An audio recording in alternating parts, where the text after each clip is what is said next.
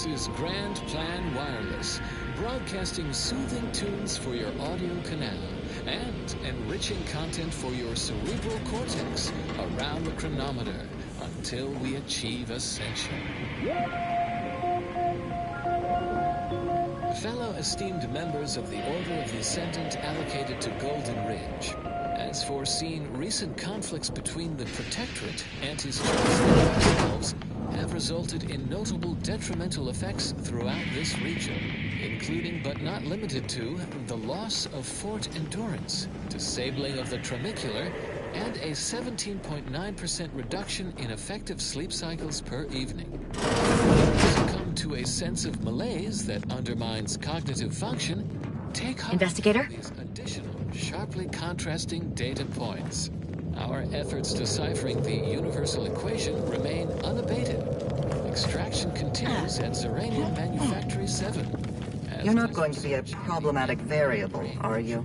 Remember, just as our calculations allow for a predictable range of error, so do we. Our work continues. So ends this missive. Further beneficial content soon follows. Consistency in your work is wonderful. Consistency in playlists is not. Now for a new song.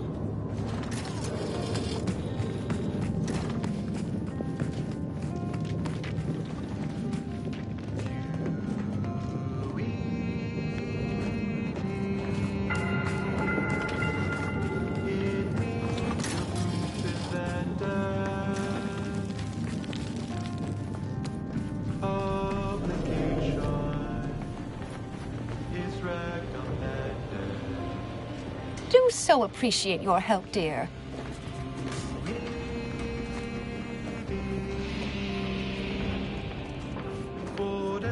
Always account for standard deviation.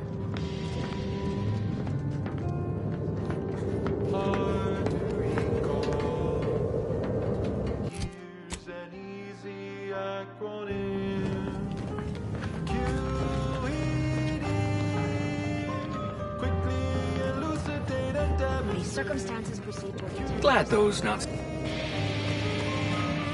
Get to the point and do not vacillate. May all your endeavors add to the equation.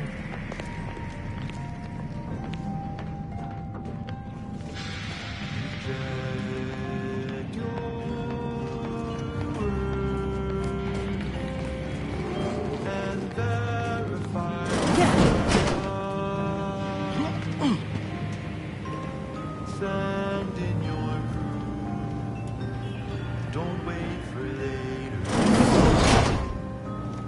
You've crossed your T's. You've dotted your I's. The only thing that's left is publicize. QED, quickly elucidate and demonstrate.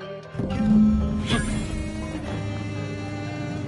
get to the point and do not vacillate.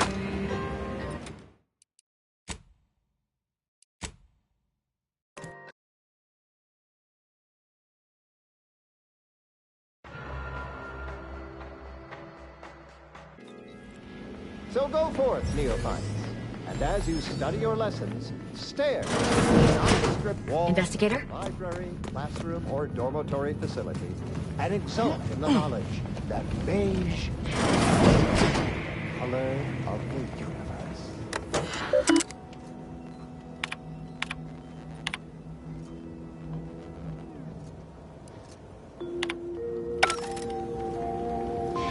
tuned your receiver to Grand Plan Wireless.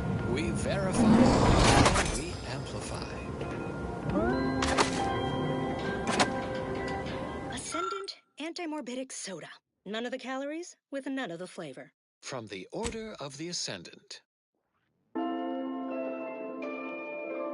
A roguish comical remark discovered upon a chalkboard. And his choice and the Protectorate both count very little. The Order of the Ascendant counts the most. And now a song from a composer predicted to have 3 well-liked melodies and become allergic to them this year.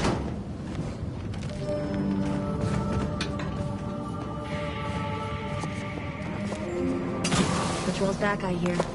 Don't see aunties being too dissuaded by that, though. Our Earth Directorate friend. Hello, I've been conversing with Factor Matadier here while you were away. Understand you've met? Yes, they witnessed me rather discomposed, I fear. Visions of Auntie's choice reprisal clouded my thoughts at the time.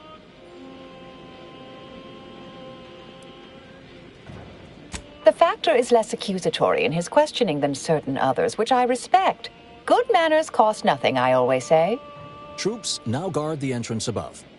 Our safety addressed, I have turned my attention to the cause of our situation here, and I have deemed it wise to investigate further. Do not let my position fool you. All within the Order are scienticians, and hence we seek the truth of any hypothesis based on evidence. The Proctor's accusation is no different.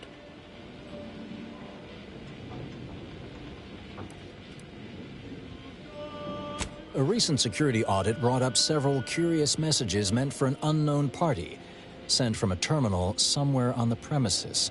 We were unable to track down the whereabouts of this mystery terminal, but one message contained certain oblique references to placing blame. Nothing conclusive, yet enough to give me pause. You examined the launch records, yes?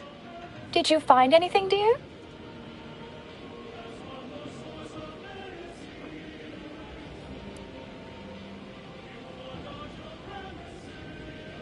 Well, dear, it's simply logical. I knew such evidence must exist, since I knew I didn't do this.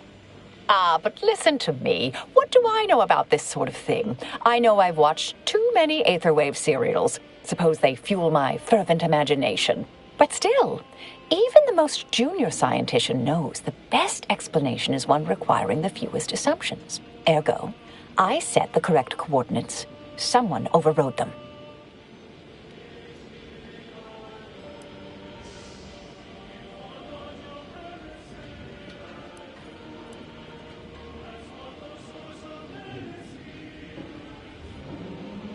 There should be ample time for regret later, dear. For now, I'll admit the armchair investigator in me wonders about Proctor Svoboda. Someone may be pulling her strings, perhaps. That's what investigators like you say, isn't it? Now, what you uncovered appears to imply 2 further avenues of inquiry. A uranium leak occurred moments after the launch.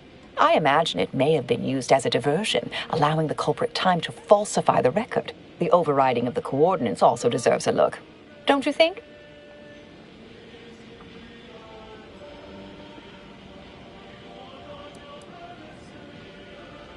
Oh, I'm full of hidden depths, dear, but this isn't the time. Later, I promise. Anything you want to know, from my first science crush to my scientician aptitude test scores.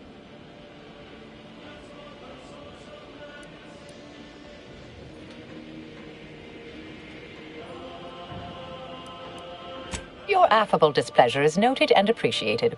Now then, I expect the uranium leak stemmed from alterations to the control boards and refinement logistics. I'd look for any signs of tampering that may point to the culprit. I can speak to the coordinate override, I believe. All commands are routed through the hub in central processing. If one meant to accomplish what you're suggesting, they would likely look to do it there. Part of me would like to tease you right now and say, you're not very good at cards, are you, dear? But if you're still on the fence about me, I shouldn't want to tip you over. All right. There. I've unsealed both areas. With hope, what you discover will help us determine the responsible party. I'll stay here and play for more time. If the Proctor sends anyone, I'll say I'm close to convincing you to surrender. Parameters to the calculated May length. fate and fortune converge. Derivatives at multiple points along that function, obtaining a Maclaurin series with a conversion beyond any previous sequence. Our infallible presiding bishop has approached an error dispersion exceeding 5 sigma, a level of calculation superior to all bishops before her. Confidence. If that did not sate your curiosity, then by all means, inquire again and again with abandon. I, Vicar Monk Sai will be happy to enlighten all who will listen. Stay tuned for what follows.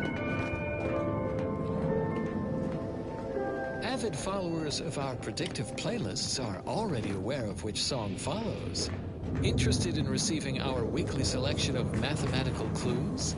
Visit your local predictory. Probability and the grand plan. There can be no... Had plenty of managers like Svoboda back on Tau Ceti. Couldn't take responsibility for nothing. Our ability to predict events to varying degrees of certainty is fundamental in statistical mathematics. Statistics, at its heart, is not but data. Data that is gathered, collated, and subjected to analysis. But what is the role of chance in that analysis? Let's look at the interpretation of pure chance. If one flips a perfect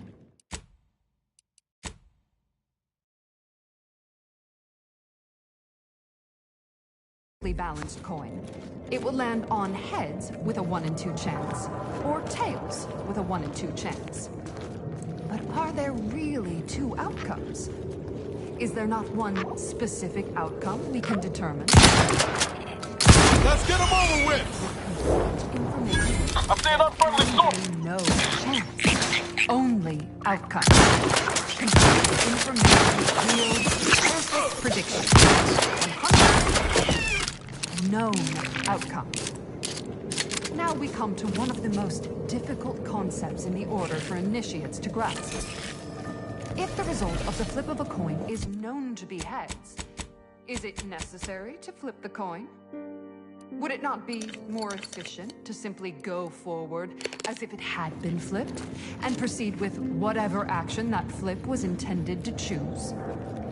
If so, what part of that choice was ever left to chance? The answer, of course, is none. Only when there is less than complete information are we reduced to chance. At present, we do not have complete information. Instead, we are still forced to deal in probabilities, expected values, and standard deviations. Over here! Which lead to the dreaded sigma of probability distributions. By necessity, we are forced to estimate outcomes based on assumed distributions of sample populations. Such a travesty. No, not a travesty.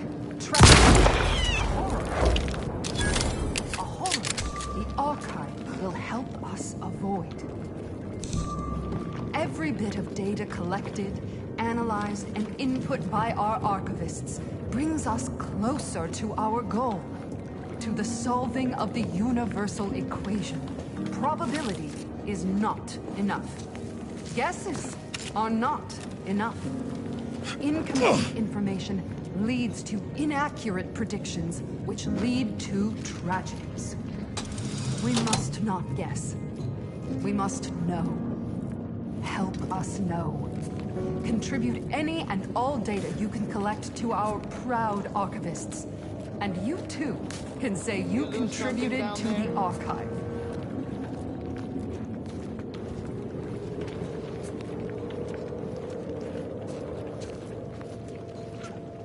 This time on notable locations of scientific inquiry, we cogitate on the past as well as the future in a sanctuary in space. Let's dismiss with the how do you do's. Guns cocked and loaded.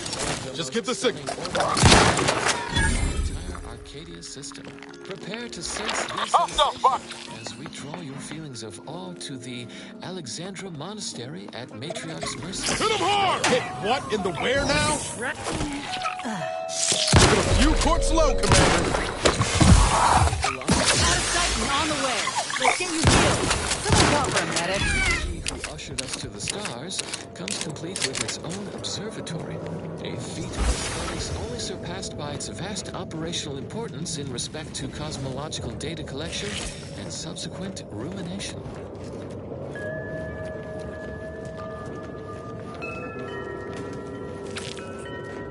The observatory processes a wealth of information gathered by its giant ocular telescope. The site also has a front-facing portion to admit dewy-eyed laypeople seeking edification and enrichment about our learnings.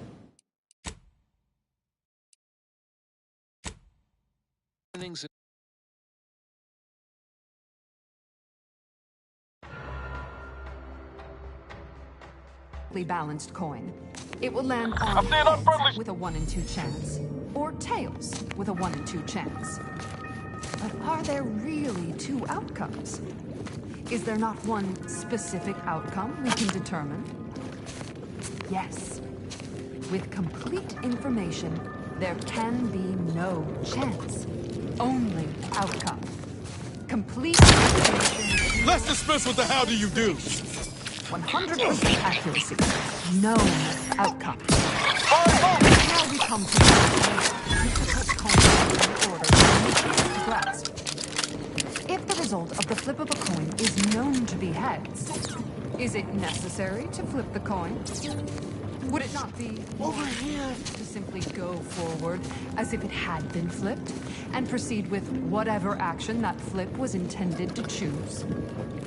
If so, what part of that choice was chance?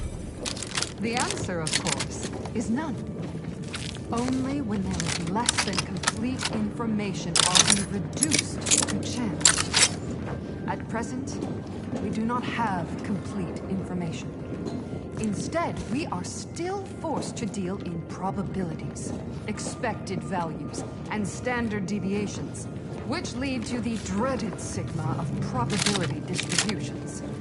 By necessity, we are forced to estimate outcomes based on assumed distributions of sample populations. Such a travesty. No, not a travesty. Tragedy. A horror. A horror the archive will help us avoid. Every bit of data analyzed and input by our archivists brings us closer to our goal, to the solving of the universal equation. Probability is not enough. Guesses are not enough. Incomplete information leads to inaccurate predictions, which lead to tragedies. We must not guess. We must know. Help us know. Contribute any and all data you can collect to our proud archivists. And you too can say you contributed to the archive.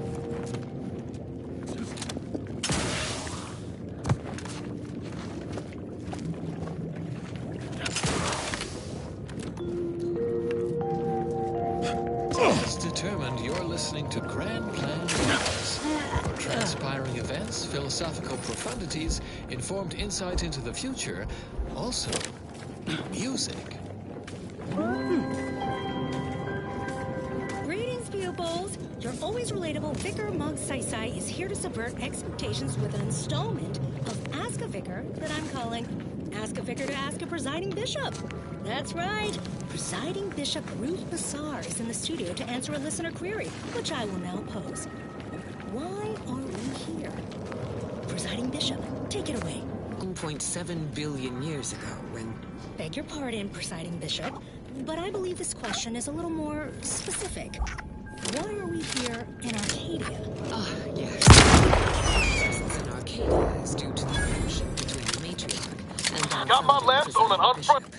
Of course, he was not bishop at the time. This was more than a century ago. The order of scientific inquiry, which he felt had lost sight of the original vision, perfection through prediction. The matriarch appealed to his desire to return to that original vision, asking him to join her in her great enterprise. Together, they would establish a perfect society devoted to humanity's ascension. In exchange, she would finance a computronic machine that would account for every possibility. The Archive. Such a device could never be built on Earth with its paltry resources. So began our sect, the Order of the Ascendant, steadfast in our crusade to solve the universal... Thank you kindly. I am decidedly in your debt. Anything you need? Anything I, a lowly archivist, can provide you, a heroic individual who is handy with doors? This popular number has been conclusively proven to promote... Of course. I am now able to breathe easy and respond freely. The spread, illnesses, and eventual control of the purple berry... I was in my cot doing advanced equations. After the explosion occurred, I rushed here to check my terminal. The door was creaky to open. I should have known it would lodge in place when it closed, but I was distracted by the disheveled state of the room and rushed inside. I would like to talk about irresponsible spread of the purple berry parasite by Auntie's Choice and its numerous subsidiaries and former supernumerary... Yes, I find it extremely self-gratifying. Did you want to come by and check my calculations? Hey, why are you smirking like that? Stop laughing! Until basic preventative measures were put in place after... Works in operations, right? Always on about her stories. Wish I had time to watch serials and read all day. Strange question, but yes, all commands pass through the hub here. Through that wiring underneath that open floor panel in the back of the room, actually. Originally discovered on a single colony world... Well, in my professional opinion, looks like someone rerouted some commands from operations. Not sure which ones. Based on the sloppy state it was left in, I'd say they either barely knew what they were doing or were in a rush, or both. Well, that's about everything I know about everything. Let you be on your way. Careful on your way out.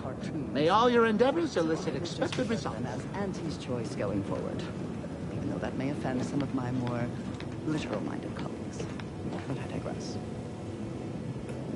The purple berry plant was at first thought to be poisonous, as the early colonists eating its berries died from the most potent of discharges this documentarian has ever witnessed, in a rare Auntie's Choice lab recording in our archive, which we acquired from a corporate defector to the Protectorate before our stellar system was sealed and the Order ceased daily interactions with our Protectorate allies. But again, I digress. Belated testing by Auntie's Choice's unlettered scientists showed that the berries were not poisonous at all. Instead, they were infected with a microscopic parasite, the purpleberry parasite, or PBP, as it is colloquially called in Auntie's Choice's records. More specifically, the PBP eggs are found in every berry of an infected plant, where these eggs have been subdermally injected by the second stage of the parasite. But I am getting ahead of myself. Let's examine the PBP life cycle in detail. After an infected berry is eaten by a host, the microscopic eggs inside the berries are exposed to the host's digestive enzymes, which trigger their hatching.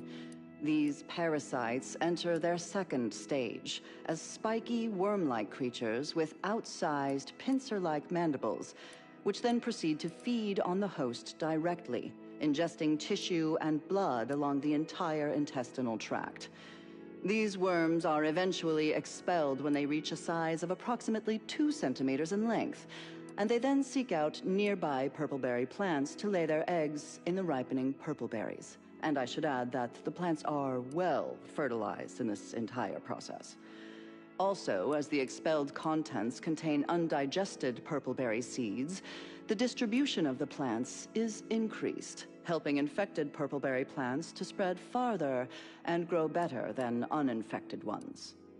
Perhaps unsurprisingly, careless Auntie's Choice scientists mislabeled this case of obvious symbiosis, given how both the purpleberry plant and its parasite are benefited by the relationship, as a parasitical relationship. Given that initially, wonder the Auntie's Choice scientists managed to ascertain any subsequent safeguards at all. After some additional casualties, plodding Auntie's Choice field researchers discovered that co-native planetary fauna was well adapted to affected by it to any large extent. But human colonists... Let's wreck them! Hostile bot! The PvP worms disrupted the... Guns cocked and loaded! Just get the signal! Correspondingly large immune response leads to violently explosive diarrhea, resulting in the expelling of the worms, the berries, and most of the person's... Grass ready if you need a house call. Human casualty rates were close to 100%, even when reluctantly given medical attention by Auntie's Choice doctors, who were more concerned with upselling unnecessary procedures or prescribing expensive ointments such as their antibiotics, a topical cream that offers no benefit to the dying patient except possibly smoothing away stubborn wrinkles, according to product literature. However, given the purple berry's non-zero nutritional value and low growing costs, impatient Auntie's Choice administration officials directed their labs to find ways to remove the parasite from the berry. A variety of methods were Doctor's been in there a while found effective, but Investigator. time-consuming and wasteful of the edible portion of the purple berries. Always account for standard deviation. Non-cost-effective and rejected out of hand. Eventually, the answer was found not in a lab, but in a history book. Specifically, a history text on... You'd think if she were responsible for the attack, she'd have happily thrown it in my face. Salmon and tuna was found that contained a reference to anisakid nematodes, or salmon worms, with an estimated 70 to 90% of all salmon being infected by these parasites. More importantly, the text contained the solution to these parasites. Ah, yes. Suppose you'll do. Yet untried act of... I'd been hoping an empiricist or assessor would amble by, but you appear reasonably apt. The Zeranium overflow vending has gone completely haywire. Oh, what else will this higgledy-piggledy nightmare of a day bring? I was ordered to keep watch until a specialist arrives. Might I entreat you to act in such a capacity? The control board to divert the flow of Zeranium is up yonder in refinery logistics. If so, I have something for your time and effort. By the unaided eyes and tongues of their consumers.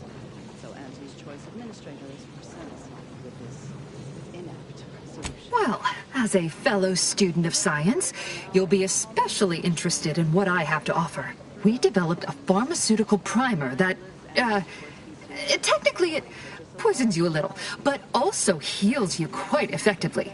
Shut off the gas, it's yours. More accurately, the label should read live parasite-free. Tremendous. Why, this day may average toward the positive yet. May deliberate endeavors beget expected results. And for any pretense of safety. Another reason this documentarian is grateful for our order's fabricated nutritional foodstuffs. OA Archive transcription number 3918-4 ends here.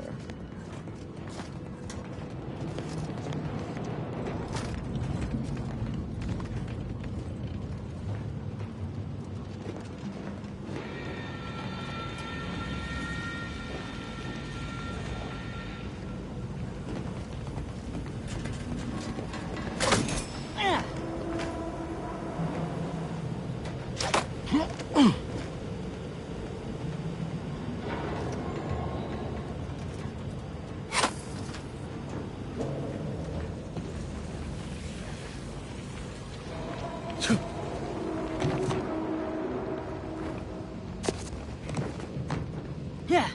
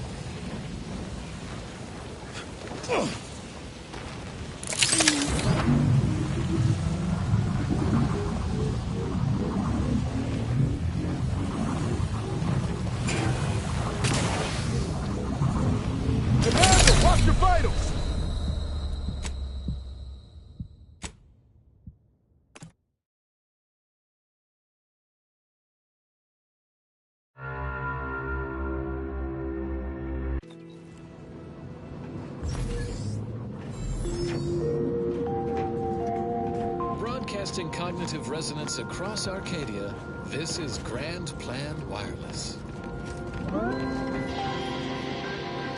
Stifled by unfulfilling work with no hope of advancement? Tired from fighting off your fellow workers to keep your employment? Want data-driven insight on how to excel at your life? Visit our predictory and take our short 38-minute questionnaire to determine exactly what career you are meant for. Act now and receive a 1-week prognostication from a senior, absolutely free. You have nothing to lose and everything to gain. Stay tuned for what follows. And now a song from a composer predicted to have 3 well-loved melodies and become allergic to water this year. The color of space, a chromospectral analysis. When asked about the average color of space, the famous stellar cartographer Newton Otisgard replied, no hesitation, beige. Too experienced lumen astronomer, his answer was the expected one. But I can already hear the obtuse listener bleating with their faces contorted into a rictus of ignorance. Wouldn't the average color be black or white, or simply a shade of gray? No, it would not.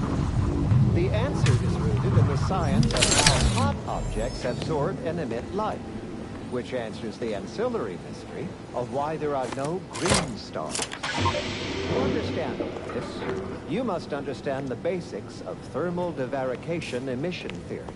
The typical piece of non-heated matter absorbs most electromagnetic radiation that falls upon it, including light, infrared, and radio emissions. And the matter reflects only a small portion of that radiation. The visible part of that reflection is its color. However, most stellar objects generate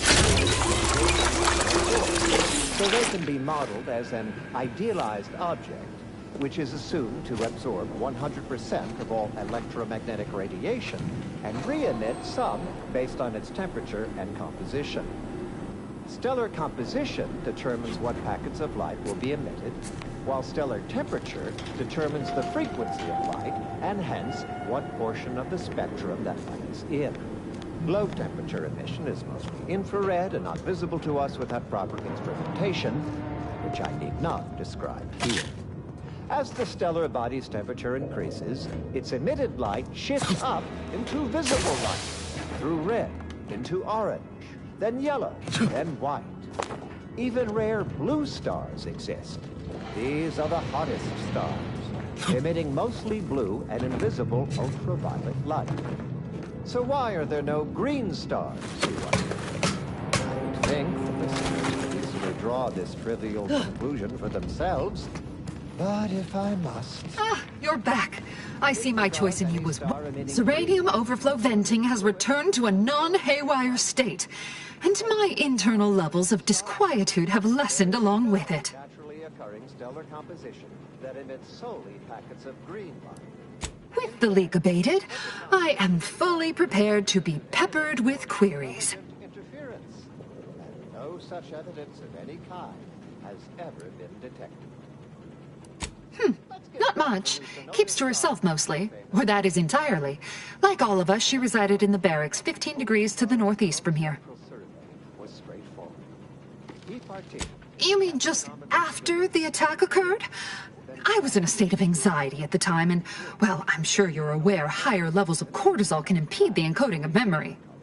Now that you mention it, yes. I recall I was worried about one crisis, and my mind was completely occupied by this other crisis nearby. I must admit, I haven't given the attack a single thought since. I do hope everyone's okay. 0.5% of the predicted value. I am greatly grateful you were helpful and effective. Farewell. This card will allow you into our humble little research lab. It's right past operations. Can't miss it. Unless you do. The pharmaceutical primer I mentioned is inside on display.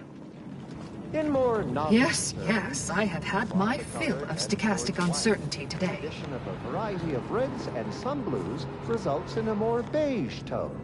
And there you have it. So go forth, neophytes, and as you study your lessons, stare at the nondescript walls of the library or laboratory facility, and exult in the knowledge that beige is also the color of the universe.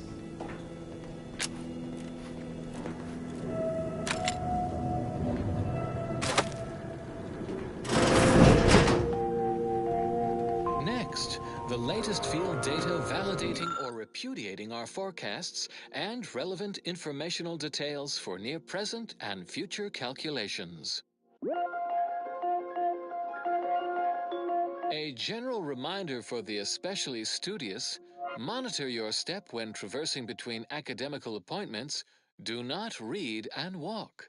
The localized dimensional tears known as rifts are lethal to pedestrian travel. They also attract bloodthirsty zealots. Said zealots are equally lethal to pedestrian traffic.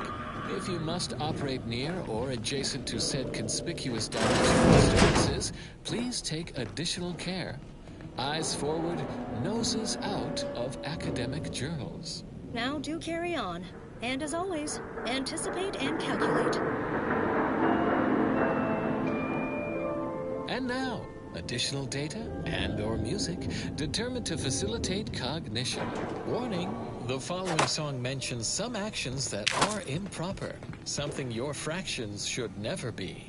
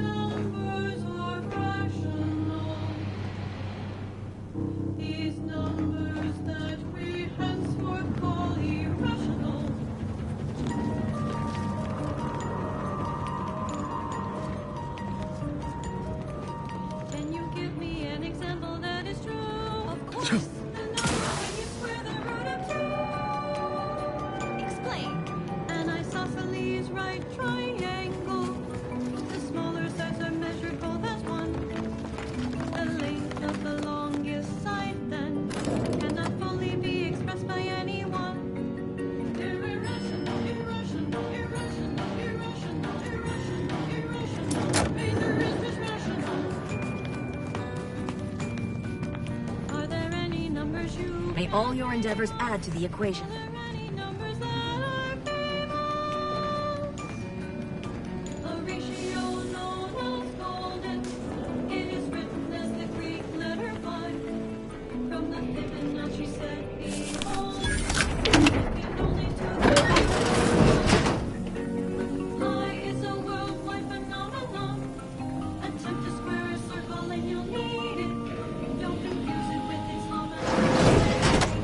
It's a number you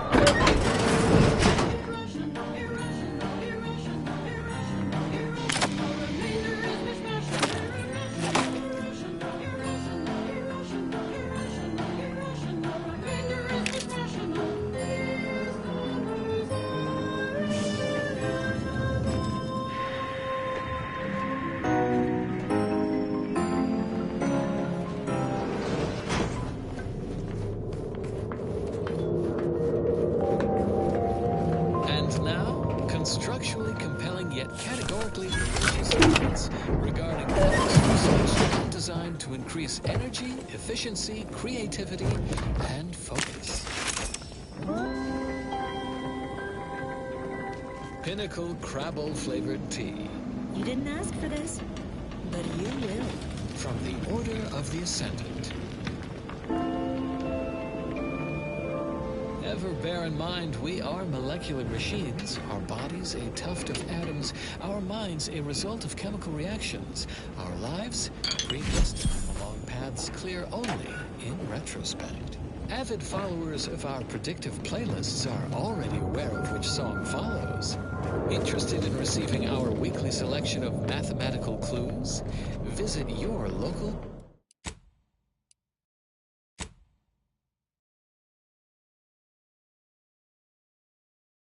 predictory. Oh, hello, dear. Why, we were just talking about you. Or specifically, potential implications for a multitude of troubling scenarios, based on probable results of your investigation, downstream outcomes, and such and the like. You know how the Order is, always calculating something. But please, tell us what you discovered.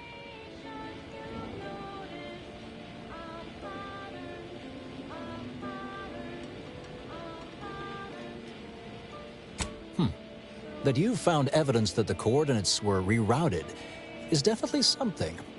Would be an odd step for Alva here to take, except perhaps to throw blame elsewhere. I admit I had the knowledge to cause the leak, but not the authorization. And yes, why would I reroute coordinate commands away from here?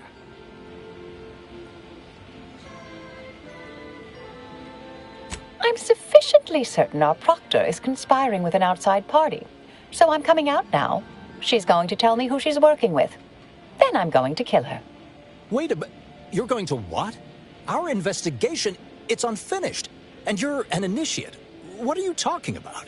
Oh, I see you two thought you were proving my innocence. No, you were helping identify my target. I'd advise you, dears, to help or stay out of my way. Proctor Svoboda needs to pay for her actions.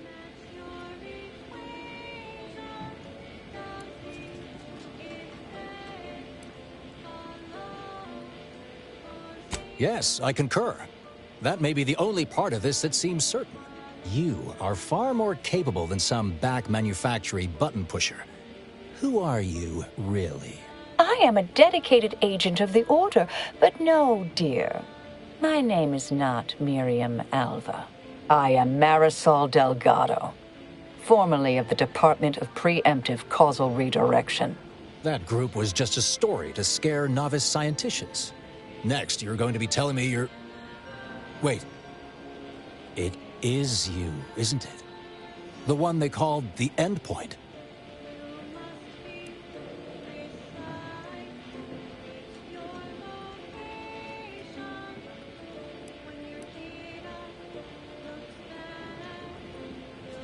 If you want one, you gotta earn it.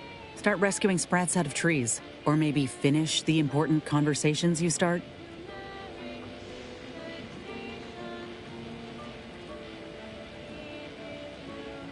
I must admit, I'm not entirely sure. The rumors about your department. They said anyone who might delay the equation being solved disappeared.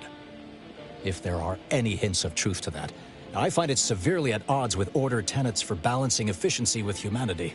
This is hardly the time for a history lesson or debate, I'm afraid.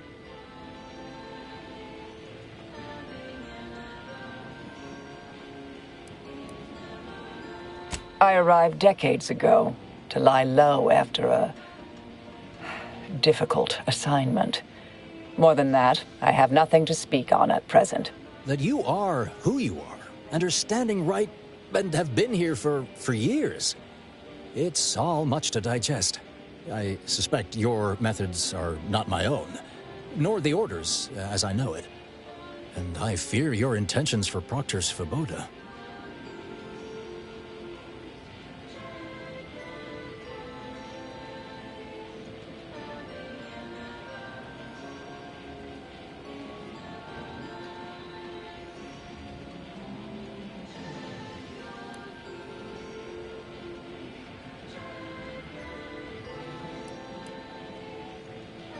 It's sweet that you think you can stop me, but I'll elucidate this for you.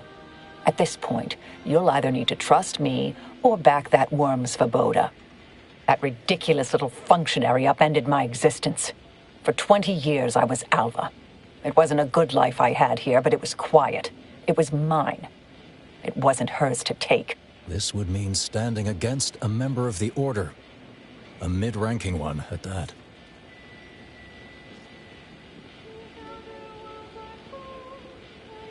Yes, you did work for Orlo, didn't you? If the former bishop trusted you to intercede when necessary, I suppose I must as well. I won't stand in your way. A wise calculation, my friend. Good thing you showed up when you did. You saved me from having to kill everyone here.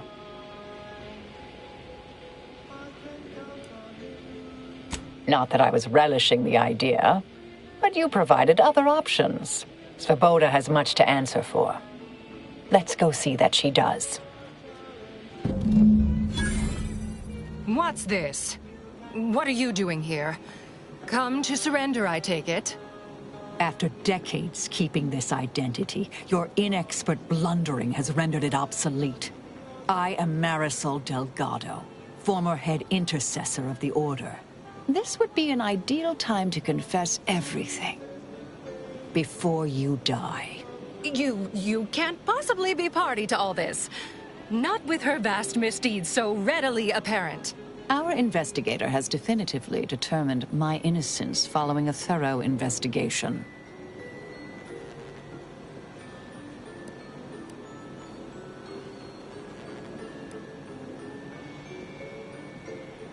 I don't know what you found, but any so-called evidence was likely laid there for someone to discover. By a party with years spent in hiding. This is all nothing more than a flagrant example of artifice and bunco. An elaborate song and dance from an admitted imposter. Enough, traitor. You made your play. You lost. No more deception. No more lies. Time to pay what is due. No, wait,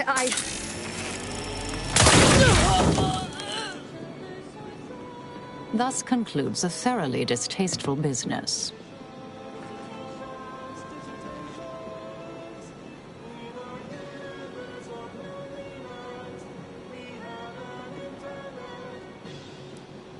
Yes, though I was aiming for her face. Little rusty. Best search her office. Someone clearly was pulling her strings. It would have been nice to perform that search before there was a corpse in the room, but beggars and choosers.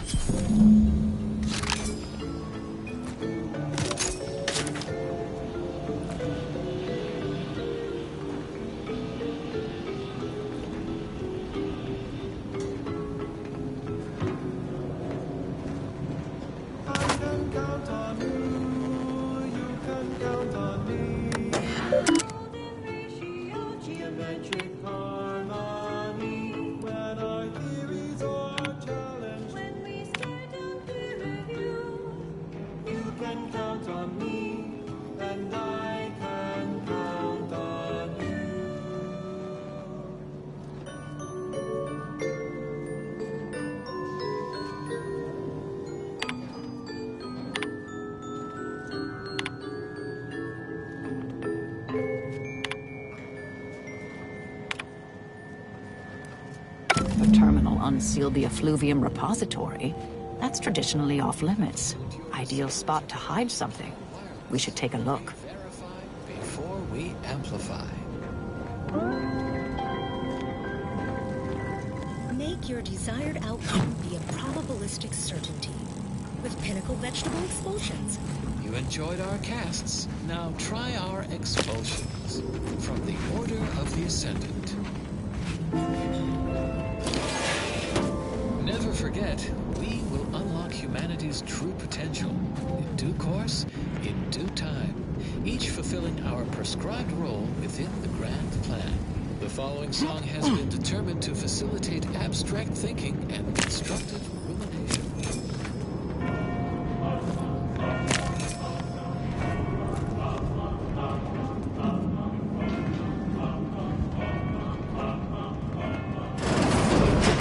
This space used to be brimming with runoff chemical sludge.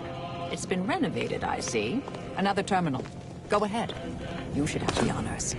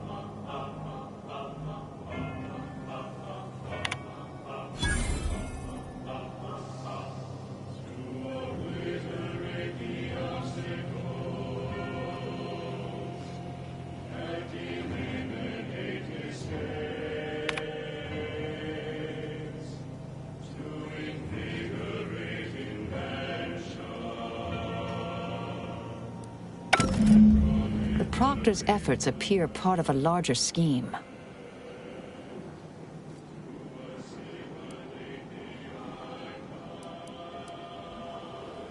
Clemens?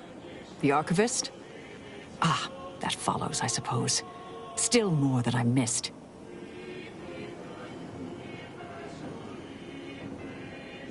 This whole affair reminded me of the old days. The blood, the secrecy, the calculations and intrigue. Been trying to tell myself I didn't miss it. But in action, I fear, ill suits me. I have some unfinished business I need to get back to. I could use help from an operator like you. Believe my specific skills could benefit your efforts as well. I'd propose a strategic partnership. You help me, I help you. What do you say?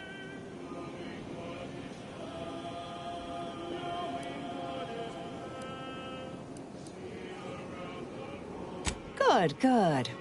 It's a little crowded here, though, isn't it? Sure, I could use a few ticks off my feet. Leg has been aching a bit. But hey, you need me, you know where to find me.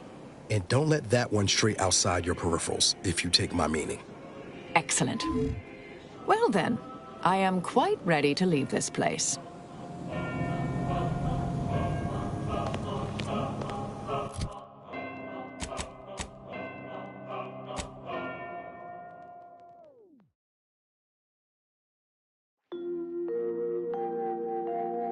This is Grand Plan Wireless, broadcasting soothing tunes for your audio canal and enriching content for your cerebral cortex around the chronometer until we achieve ascension. All pay heed and take warning. Recent reports note a sporadic outbreak of belligerent zealots characterized as having cobwebs in the attic throughout Golden Ridge. Specifically through the NA range, our laboratory tasked with harnessing mysterious stellar radiation. We've lost contact with facility personnel and thusly fear the worst. Cultist trespassers would never comprehend the fundamental forces at work in this lab, which might only render these zealots all the more unpredictable. I realize you didn't receive the most welcome of receptions here. Well, regardless, I recognize you've done right by us here today, and I appreciate your efforts. Under the best of circumstances. Stay cautious out there, fellow Ascendants. In closing, a potentially incongruent word of advice. Invariably find a way to turn negatives into positives.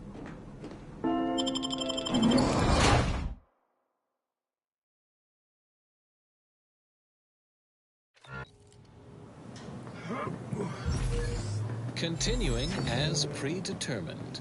And now, more music to perform advanced calculations by.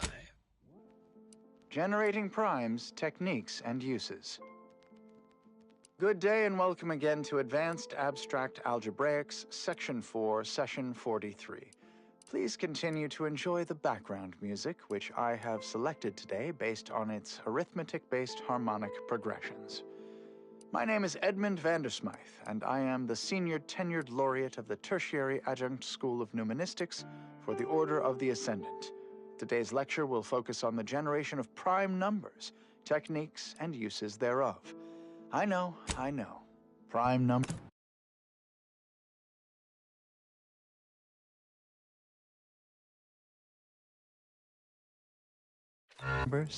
Why so simplistic? Well, consider this a basic refresher course in remedial numismatics for those new to the Order.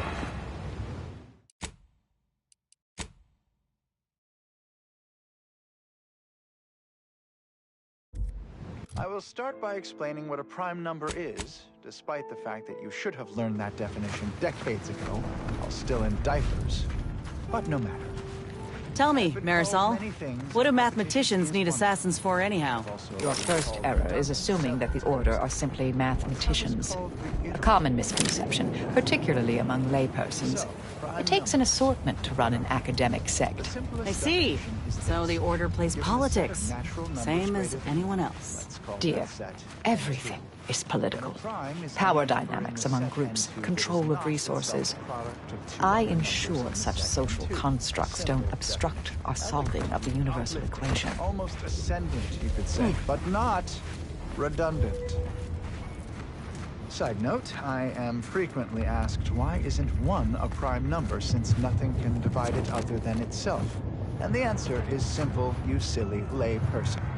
Because with such an inclusion to the definition of a prime number, then nothing else would be a prime number.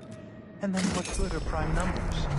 Wait, you ask, what good are prime numbers? Why would we want to find and use prime numbers? There are all kinds of abstract number theory applications, and that should and would be sufficient reason to want them.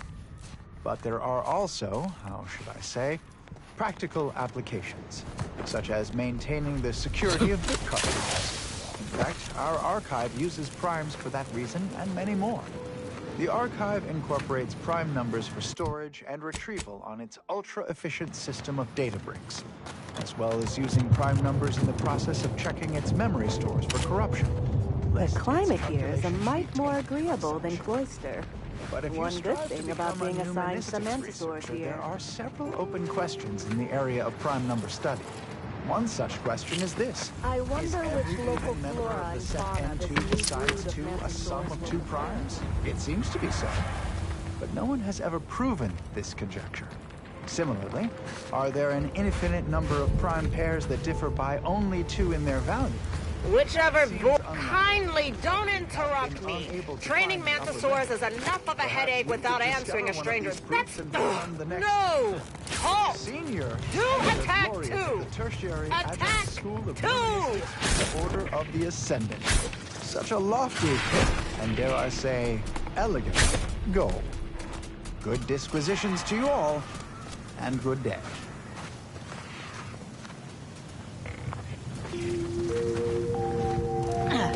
And now, constructually compelling yet categorically voracious. Well, if it isn't our favorite contractor. Researched and designed to increase energy, efficiency, creativity, and focus.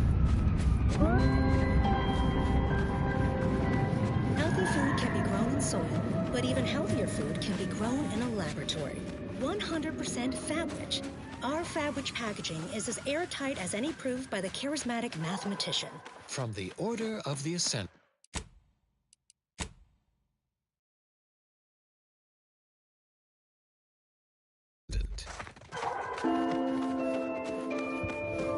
Always remember, every moment, every minute calculation brings us closer to solving the universal equation. Work is wonderful. Consistency in playlists is not. Now for a new song.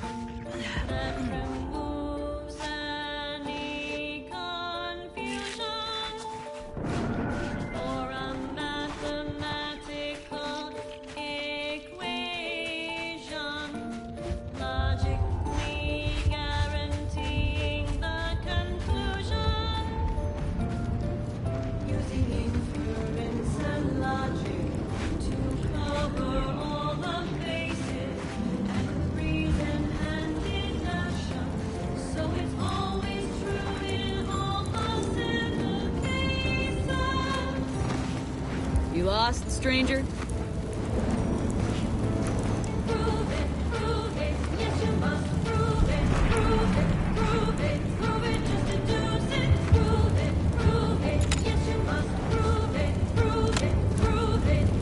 I don't see a lot of new faces in these parts. What are you?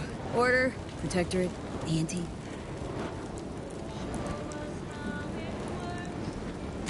Really? An Earth Directorate agent? I have no idea what that is, but okay. Me, I'm a Sprat Trapper. Cute little things, but their tallow and hides fetch a high price. Used to be Protectorate, then worked for the Order, then Anti. Whoever's calling the shots on a given day. Now, I'm just waiting for the dust to settle so I can find out who I work for tomorrow. Sprat leather has military applications, as all things do. I also hear tell that higher-ups like to put them around their boots. You know, sprat spats. Slower than I'd like, but that's not the first time I've had to tighten the old belt. Things will pick up once the war is over. Unless a rift devours the colony. When that happens, sprats and bits will be the least of my troubles. See you around, ancient. A very proven road. You think you know it all. The answer's in your heart. Unless you show the proof, your theory will be picked apart. Your theory will be picked apart. Prove it, yes you must prove it, prove it, prove it, prove it, just deduce it.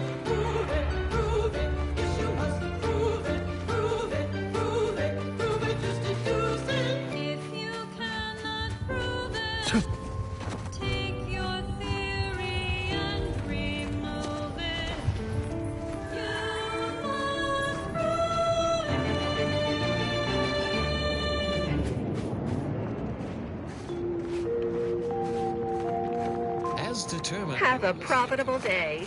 Wireless.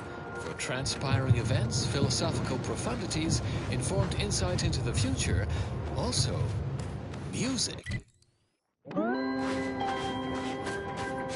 Ready to have your mind enlightened and your day enbrightened? It's time for another installment of Ask a Vicar with Vicar Magsai.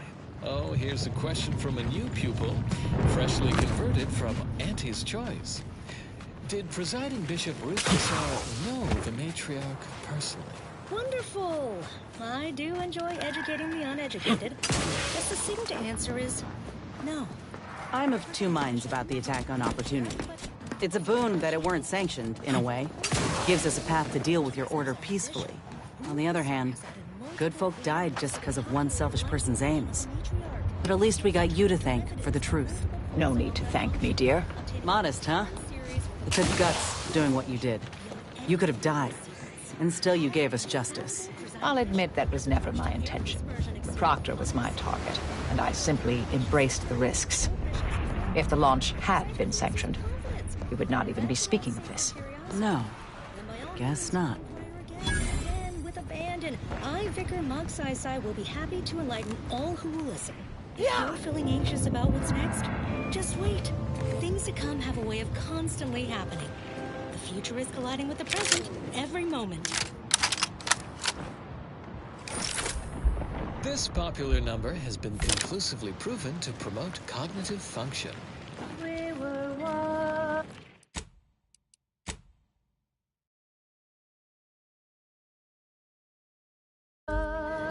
Two separate points. We had no connection till the aim of the order gave us no direction. Then we were parallel lines, traveling into infinity, never to meet. Yet in such close proximity,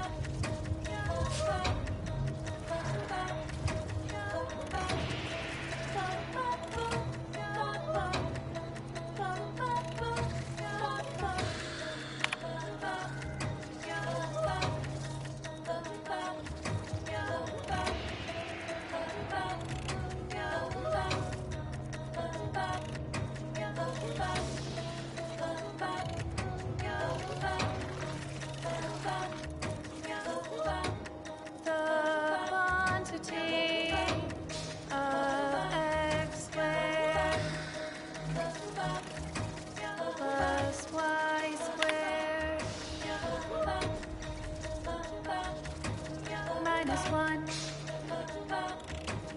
to the power of 3, all to the power of 3 equals x squared times y cubed. That is the graph of my heart. That is the graph of my heart. That is the graph of my heart.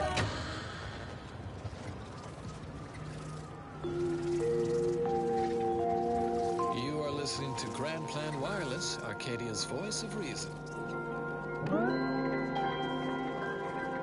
You have questions, Vicar Magsaysay has informed answers, as evidenced by another installment of Ask a Vicar. A listener asks, why am I so bored? I am always bored. In fact, I'm bored now.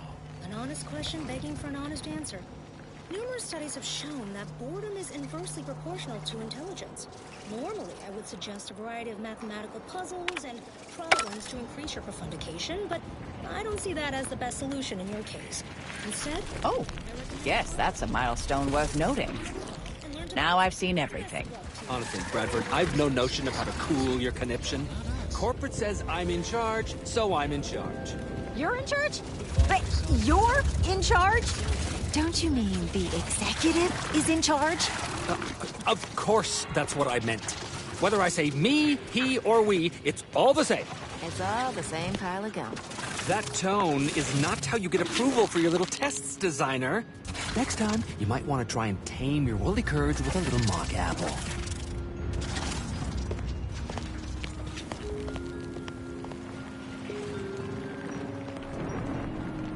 Hey! You gotta help me, please! I didn't do what they say I done! Hey, stranger! Please, you gotta help me. They're gonna railroad me into a guilty verdict. Then I'll be declogging sewer sediment tanks until I'm dead enough to mulch.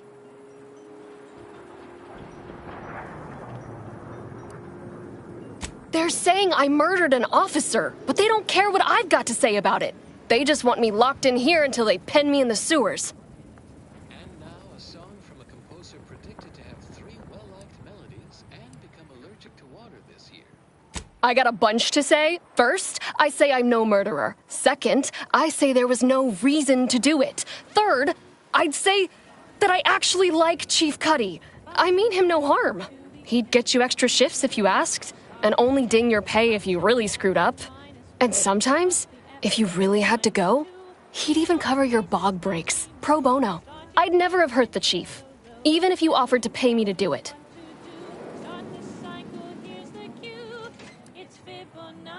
I don't think nobody killed Cuddy. I was there. That's why they think I did it. And he was fine. Well, he was fine up until he wasn't, and then he just swole up and died. But the way he swole up, it's something Cuddy always said might happen. Only it don't make no sense that it happened now. We were eating chow at our post. Cuddy asked me to try his because it tasted funny, but I tried it and it was fine, just like mine. Then he just swole up, turned blue, and died. I made a ruckus, which called everyone in, and all they saw was him dead and me fine. So Security Officer Abner charged me with murder and threw me in here.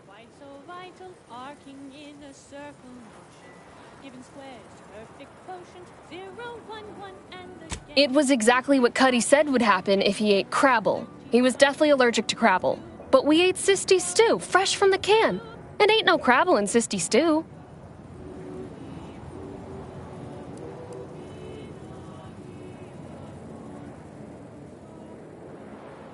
What?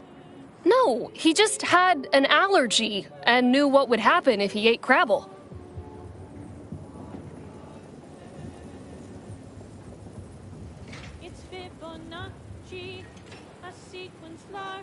I can't believe you might be my best shot at getting out of this. But that's still gotta be how he died. So I need you to talk to Security Officer Abner, remind him of the allergy, and let him toss all my gear. He won't find Crabble anywhere. No, that was days ago, and they tossed out the rest of the stew.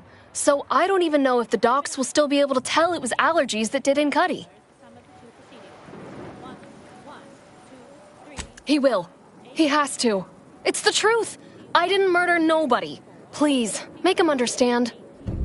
144, and so on and so forth.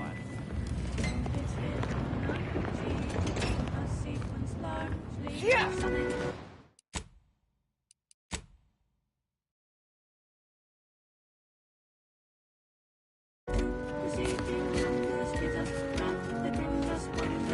Define the recurrence relation. Get us to sequence summation. Proceeding numbers give us wrath that brings us wonders.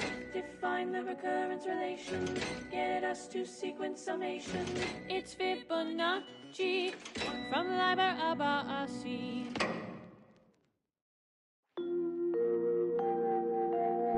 As determined, you're listening to Wireless. For transpiring events, philosophical profundities, informed insight into the future, also music. Prepare for profundity. The moment's at hand for another installment of Ask a Vicar with Vicar Masons. A listener asks, why did the Order split from the Protectorate? Well, this is certainly a well-worn question. Must be from a fresh Auntie's Choice convert or the like. Oh, always eager to cover old ground for a new student. The principal reason for our schism, of course, was the Protectorate's abandonment of reason. Or more specifically, their warping of the matriarch's vision. Idealism rooted in scientism. Presiding Bishop Ruth Bassar recognized this early. Empirical evidence was copious. We parted ways with the Protectorate just as Auntie's Choice began their invasion of Arcadia. An invasion we predicted. Colleagues by surprise. Clear proof the Sovereign had lost sight of the grand plan. That he'd become encumbered by delusions of godhood, distracted by grief, obsessed with the rifts. He failed to foresee the real threat of corporate incursion, while his consul increased the browbeating of his subjects into ideological submission. Without the guidance of the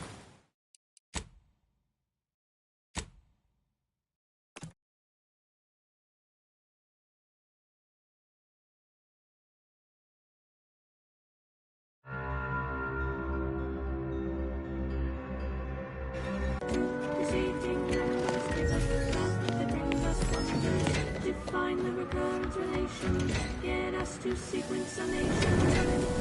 Proceeding numbers give us wrath that brings us wonders. Define the recurrence relation.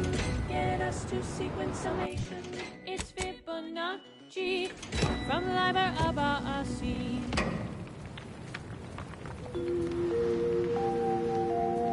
Traveling at the velocity of light through the vacuum of space on our primary band, this is Grand Plan Wireless, the informed, sourced, peer-reviewed sound of scientism.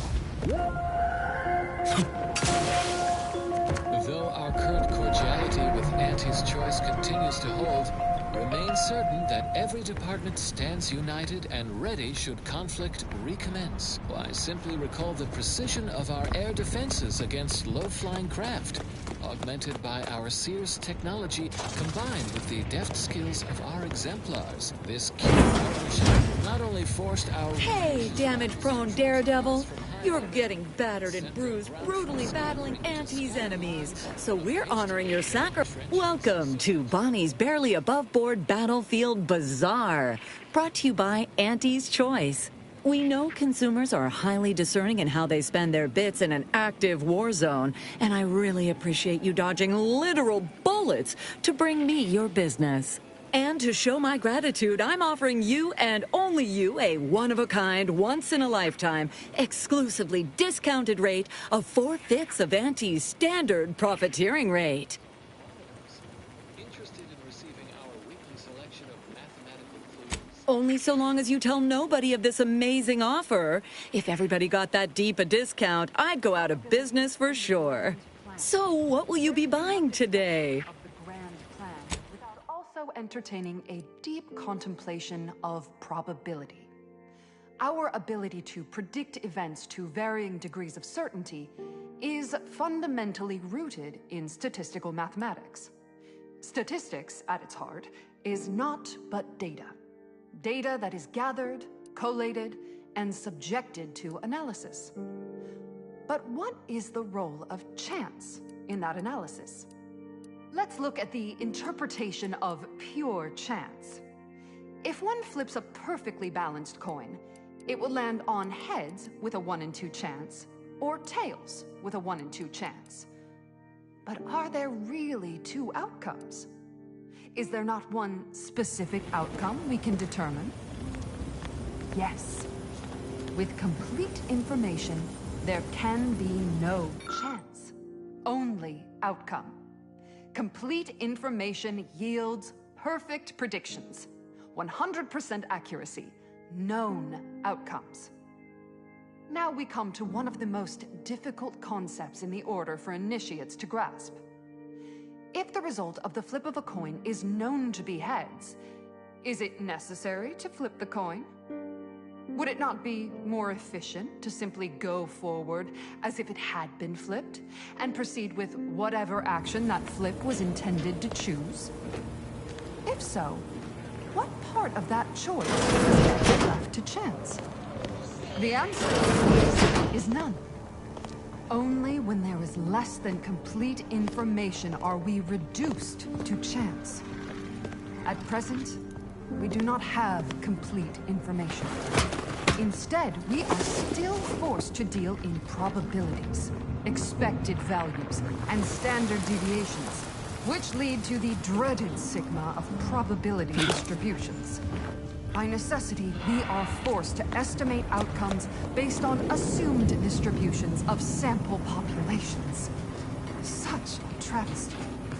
No, not a travesty. A tragedy. A horror. A horror the archive will help us avoid. Every bit of data collected, analyzed, and input by our archivists brings us closer to our goal.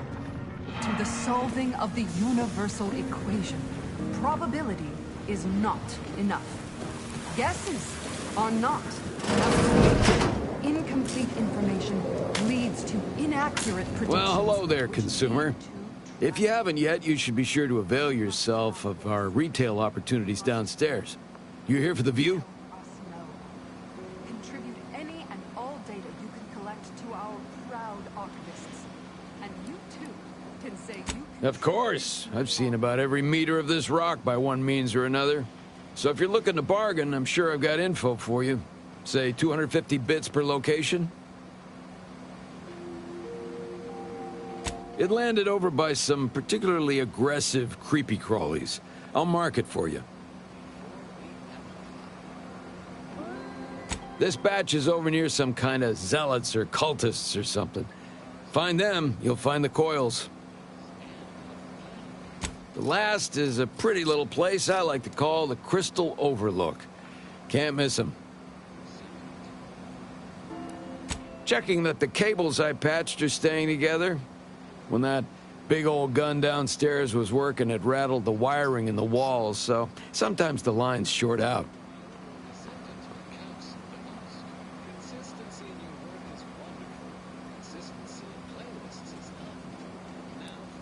They bled us with constant shelling for the better part of 3 months, and it barely earned us a few dozen kilometers.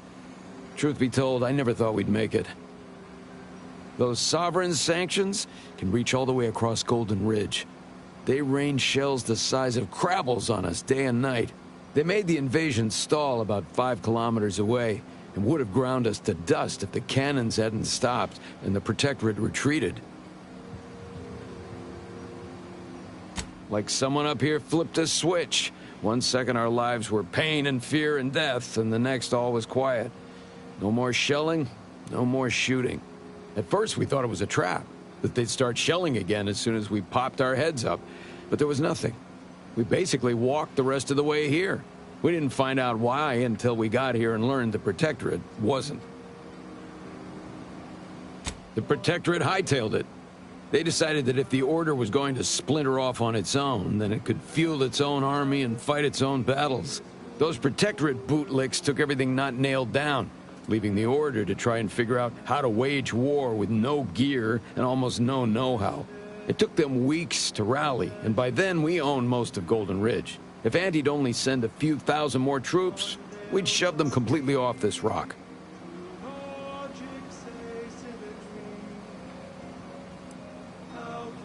Anytime. Auntie knows that sometimes it takes being an informed consumer to be a confident consumer, and a confident consumer is a spending consumer.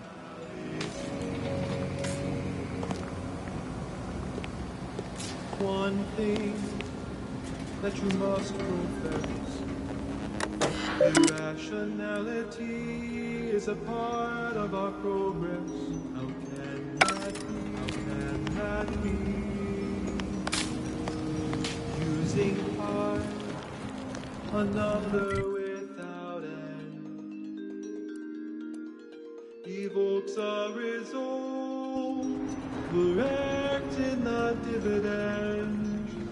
Anti-inspirational origin. Accept it, and you can plainly see a positive externality, a positive externality, a positive externality.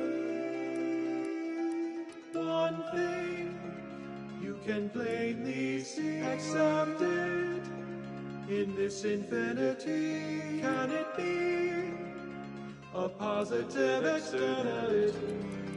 One thing, the irrational term, accept it in the calculation. Can it be? Can result in explanations. How can that be? How can that be? How can that be?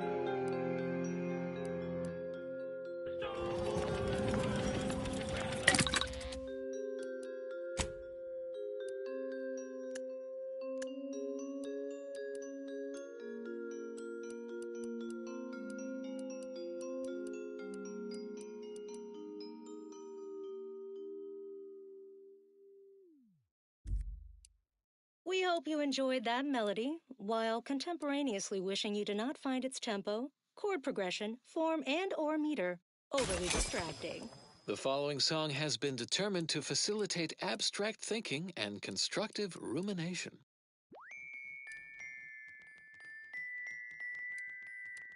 These outer worlds are cruel, the universe is cold.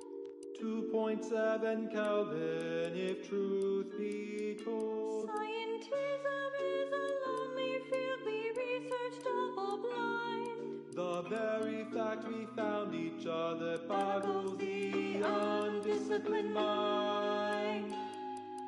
I can count on you. You can count on me, and I can count on you. Colleagues can be cold, but academia's always true. Why use double entendres when sex double ones will do? You taught me scientismic ways, even system of forces. That they'll name you Employee of the Fiscal Quarter. 100 degrees. This is how the other side lives, A bit Spartan, even for my taste. Out of harm's way, though.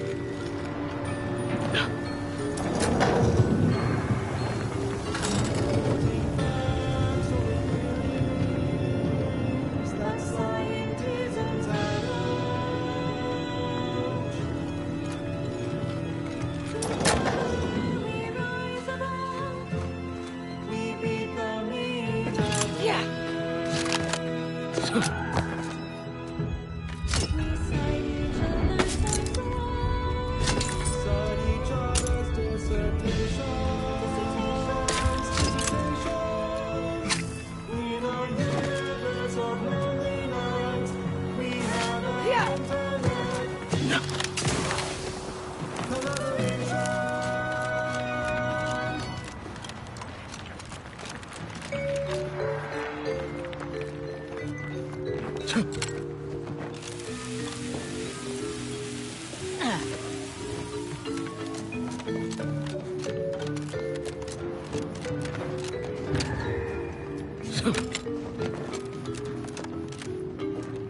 say I was expecting to see anyone else in these parts for a good long while. Hello, friend. Welcome to the most beautiful half-built landing platform on all of Dorado. Simple, friend. You see any sergeants barking orders? Any of those spidery crystal critters lurking in the rocks? Any order forces storming the area? No, you do not. The perfect blend of just close enough to the base to be safe, but not close enough for any officers to get nosy. And I still get paid the same as if I was a frontliner.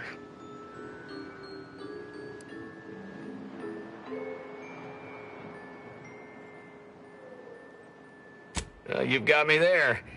I sure could use a bottle of zero-G brew if you have one.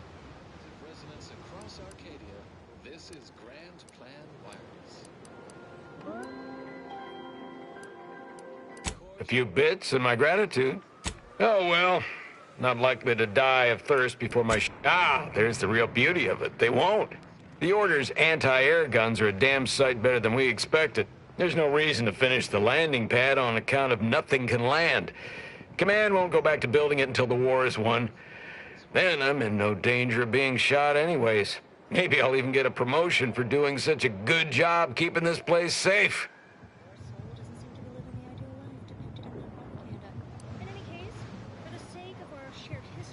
Oh, no doubt about it, friend. They've been blasting our landing craft out of the sky right, left, and center. I can't even imagine the total cost of it all.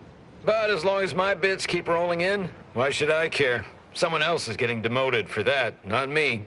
Now, if you'll excuse me, I've got to get back to my favorite pastime, doing absolutely nothing and getting paid for it. Protectorate refugees left behind. Also, I would remind them that their consul, string puller of the Protectorate's puppet regime, attempted the arrest and execution of presiding Bishop Ruth Passar 3 years ago. There's sufficient rancor to go around. Of course, we foresaw the consul's nefarious scheming, further vindication of the plan, and our predictive methodologies. You'd think the Protectorate would learn. All they have is their paradigm, a 5-year-old's book report on the plan. Elementary math at best. Just hollow hokum, poorly conceived. I only hope someday our former colleagues realize their miscalculations. Whoa, whoa, whoa! Careful! Whoa, whoa, whoa! Careful! The cave is chock full of barracks. Stay tuned for what follows. Stay away. If you're planning on heading into that cave, I recommend finding some other place to practice your big game hunting. It's a mite dangerous even for pros, let alone amateurs. A lot. And the varachnid kind. Big, spider-like critter, mean as all get out. They ain't dumb neither. You gotta be on your toes to fight one of them. With their razor-sharp claws and gleaming carapace, varachnids possess a terrifying kind of beauty. They really are the apex predator of this world.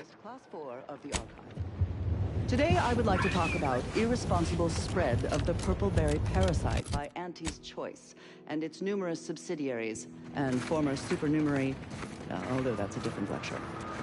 The spread of this parasite included a corresponding rise in gastrointestinal illnesses and deaths until basic preventative measures were put in place after illness-related costs exceeded corporate, as is usual for Auntie's Choice. The purple-berry parasite infects nearly 100% of all purple-berry bushes, both in the wild, on corporate farms, and even in our hydroponic collectives. Originally discovered on a single colony world, the purple-berry plant was subsequently spread throughout the colonies due to Auntie's Choice's poorly regulated interstellar shipping. Well, actually, it was due to Spacer's Choice, which somehow merged with another company to become Auntie's Choice. Honestly, these corporate interactions make little sense to me, as they mostly amount to relabeling assets and changing letterhead and mascot cartoons. So I will just refer to them as Auntie's Choice going forward. I know that may offend some of my more literal-minded colleagues, but I digress. The purple-berry plant was at first thought to be poisonous, as the early colonists eating its berries died from the most potent of discharges this documentarian has ever witnessed, in a rare Auntie's Choice lab recording in our archive, which we acquired from a corporate defector to the Protectorate before our stellar system was sealed and the Order ceased daily interactions with our Protectorate allies. But again, I digress. Belated testing by Auntie's Choice's unlettered scientists showed that the berries were not poisonous at all. Instead, they were infected with a microscopic parasite, the purpleberry parasite, or PBP, as it is colloquially called in Auntie's Choice's records. More specifically, the PBP eggs are found in every berry of an infected plant, where these eggs have been subdermally injected by the second stage of the parasite. I am getting ahead of myself. Let's examine the PBP life cycle in detail. After an infected berry is eaten by a host, the microscopic eggs inside the berries are exposed to the host's digestive enzymes, which trigger their hatching.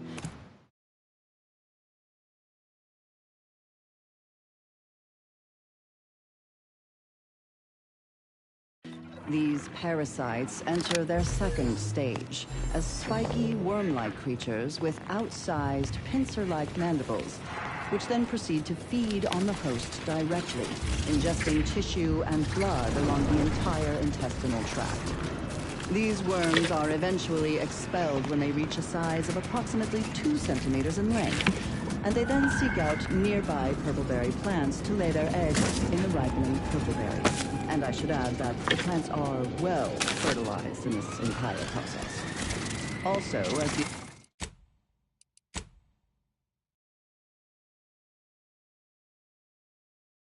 expelled contents contain undigested purpleberry seeds, the distribution of the plants is increased, helping infected purpleberry plants to spread farther and grow better than uninfected ones. Who are you?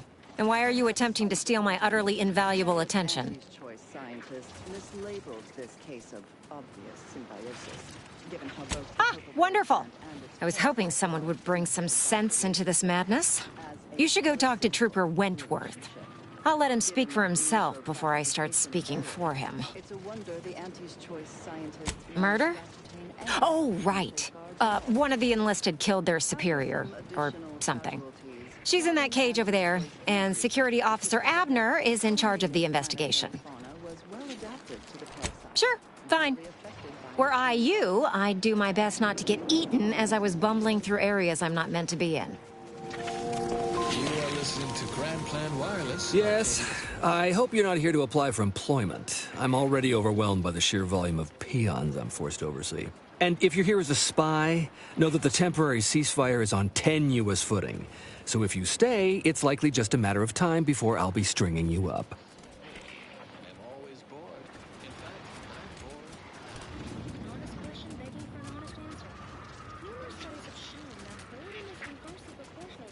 Enemy Scrutinization Officer Durbin. What does he want with me? Ah, well, in that case, your business is with both my commander and me. But I'm being rude. Allow me to introduce Strategic Ingestment Executive Wojciech, Senior Most Representative at Fort Endurance.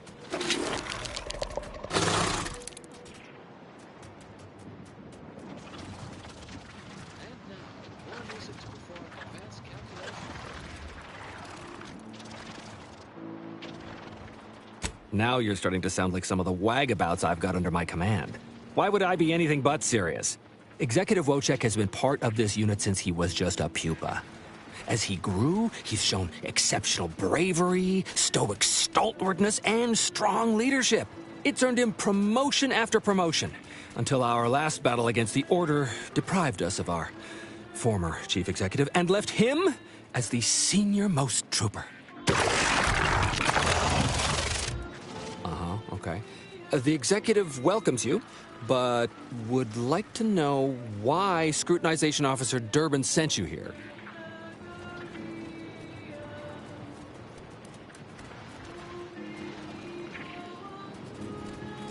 You may mock, but I am sincere. I can speak as easy to him as I can you on account of my graft. He emits pheromones that my antenna can detect. He wouldn't be much of a commander if he couldn't communicate with the troops. Hey, Commander. It's my professional opinion that we should back away slowly. This guy's graft is either messing with his gray matter, or he's messing with us.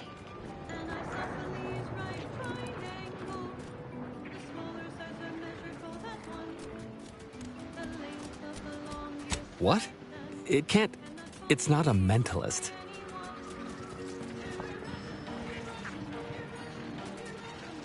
No, we're using pheromones to...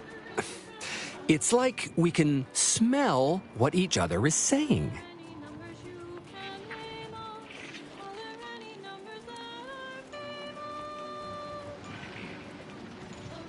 No, please, don't. Why not? It can't stink any worse than the dung you're spewing.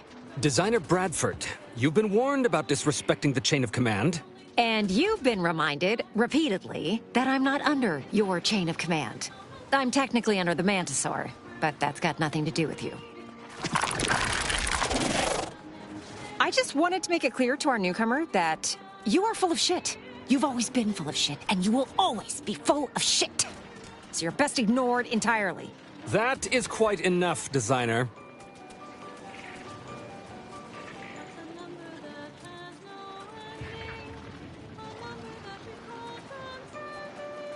Of course not. I'm just a lowly trooper acting as interpreter. Otherwise, surely these folks would have figured it out by now. We have all figured it out. Unfortunately, I'm the only one willing to say it to your face. Yes, well, please excuse our curmudgeonly biologist. She's been a pill ever since the promotion that made Wojciech outrank her. Still, that ugly moment behind us, it's a comfort to my mind that you're here. Executive Wojciech has an assignment we're desperate to have done, but it can only go to someone outside our chain of command. Ugh, not this crabble scat again. There is zero chance you're right. Zero. And this brilliant assignment of yours didn't go so well for the last group.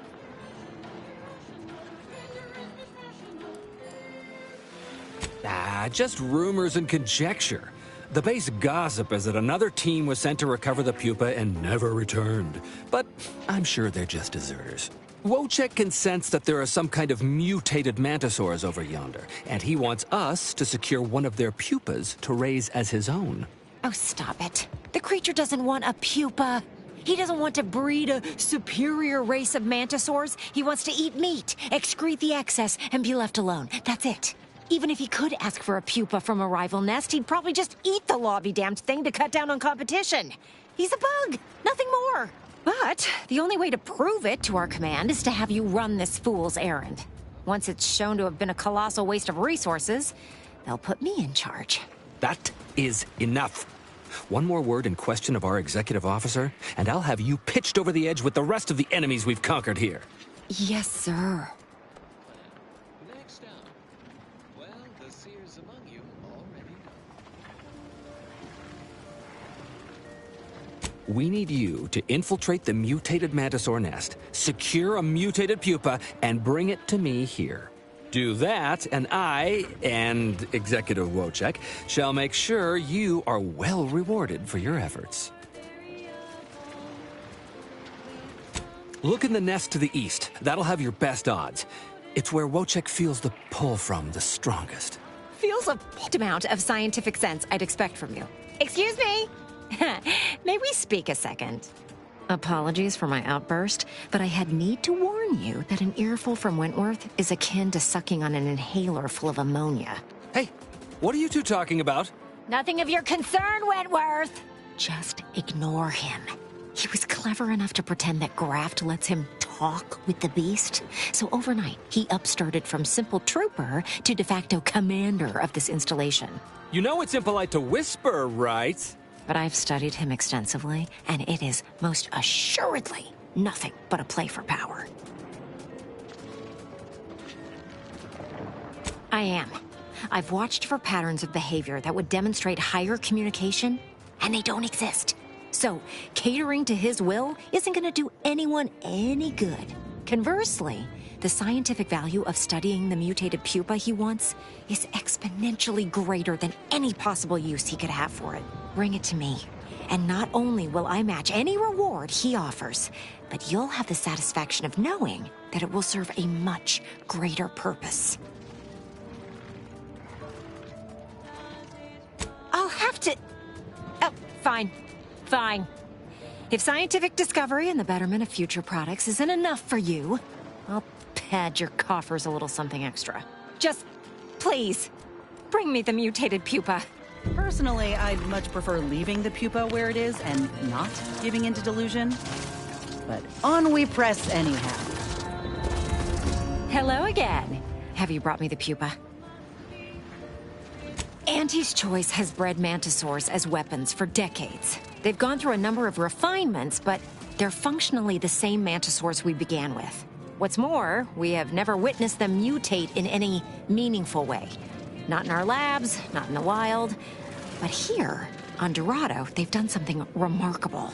Inundated with zeranium from the river, the mantisaurs here have evolved adaptations that have never been documented before. I intend to be the first to do so.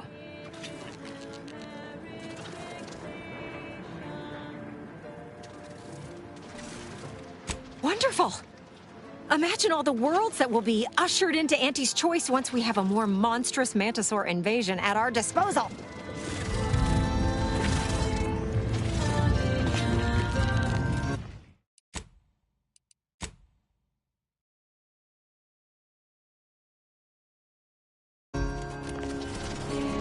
Well, what have we here? You couldn't look less Auntie's Choice if you tried. So what are you doing in our fort?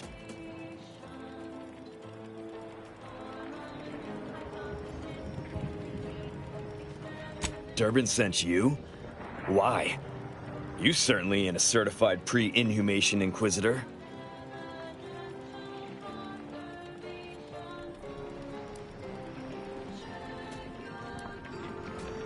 Oh, lovely. And just what is it you think you can do for me? You ain't even carrying a masticating tissue scrutinator. You just gonna guess what manner of poison killed folk?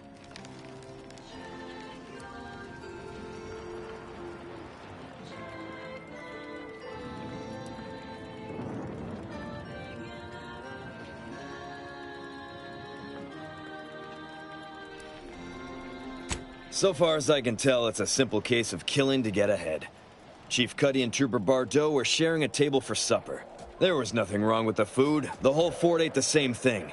And 10 minutes later, Cuddy was bloated, discolored, and looking all to law like he'd been poisoned. There are no other suspects, just Bardot. She swears she's innocent, but they always say that. And I can't possibly figure how that could be. Yes. I walked over, saw Cuddy's body, saw Bardot screaming her fool head off, and I put her in cuffs. Case closed. Now, I'm waiting for a specialist to affirm my theory, so I can get on with my other 1,000 duties need doing.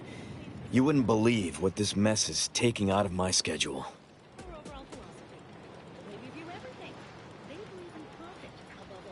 What?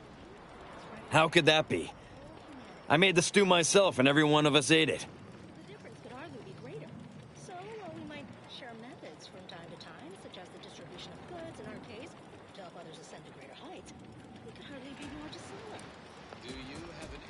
What? That's ridiculous. It was nothing but canned sisty stew. Stew that I Oh. Oh no. Oh, did you say Crabble? Well, he told everyone that. But that ain't exactly the same as it actually being true. See, Cuddy was what you'd call a complainer. He complained about the food. He complained about the weather. He complained about his bunk. He complained about everything. He's also somebody's nephew. Some junior executive. And if you gave him reason enough to complain about you, he'd take it up with his uncle, and it'd come back down in your head.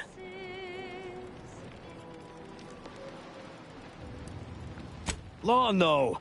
At least, not on purpose. Half his gripes were really nothing but reasons to grouse. But if you push back too hard, he'd run to his uncle. So most of us just ignored him, assuming he was constantly full of it, and didn't think twice about doing things like stretching the stew with canned crabble stock.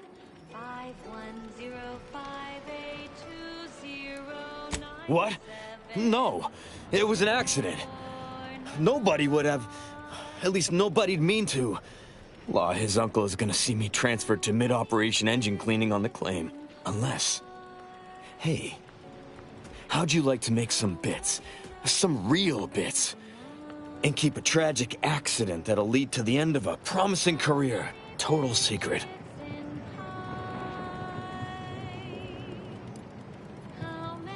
Well, no. Not yet you haven't. See, I can't just let Bardot go. There'd be questions, accusations, and assumptions as to who was responsible, and that's no kind of solution. And even worse, since there's apparently nobody coming to do an autopsy, I might have to just send Bardot to the claim to start her sentence on all available evidence.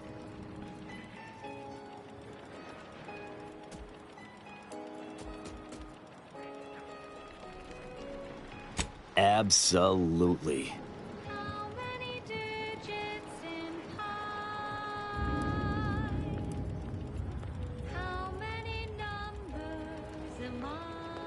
Come on now. You need to reconsider. I'm offering you good bits for easy work. You'll also be saving at least one life from the toils of endless labor. 459230788. What's happening? Are you making any progress?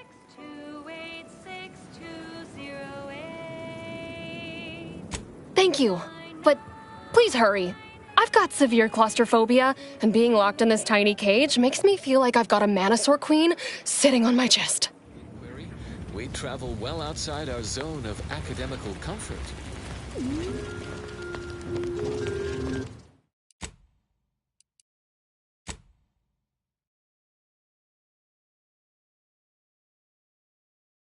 To an objectively and verifiably shocking moonscape.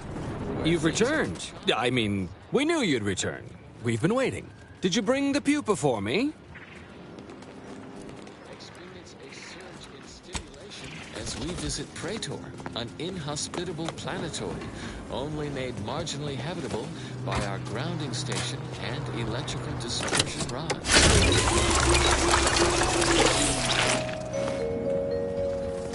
The Elysium moon Praetor is as fascinating to the mind as it is mortiferous to the body. Tidally locked in Elysium's shebang. Hey, damage-prone dare... Welcome back. What can I get you? This unique astronomical arrangement bombards Praetor's surface with low-level N-rays, resulting in a shocking level of atmospheric electricity. I will now pause for a moment to let you appreciate my intentional pun. Available for review in this episode's transcripts footnotes in case it escaped your attention. Moving on. Only heavily adapted predatory fauna eke out a brutal existence here, relying on their mesmerizing patterns of bioluminescence. We Homo sapiens should ostensibly stand no chance. If not for order astuteness in the field of fulminology, our grounding station and charge dispersal network mitigate the danger posed by Praetor's persistent electrical storms.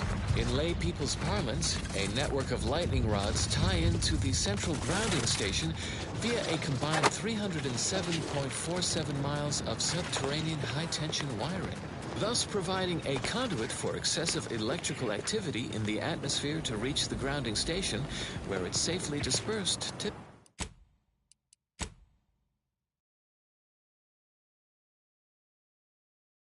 Typically, tenured station operators estimate the You're system back? is 70... Why? Thank Law. I was genuinely concerned I'd have to sort this out on my own. But I'd much rather pay you and drop the charges against Bardot. So we got this thing. An acidic dematerializer that we use to melt mantisaur dung, so it don't call in the local wildlife. But it'll actually work on anything organic. Anything.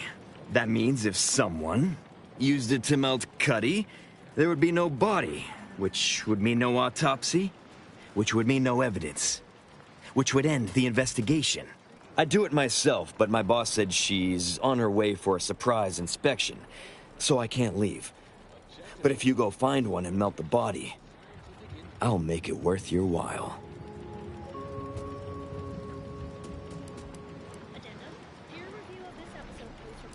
Of course she does.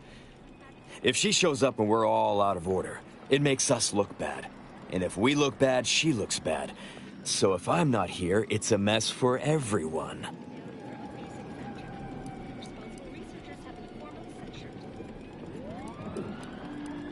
Well, then she's cleared, of course. No more questions asked. She goes free, you get bits, I get on with my life. Deal?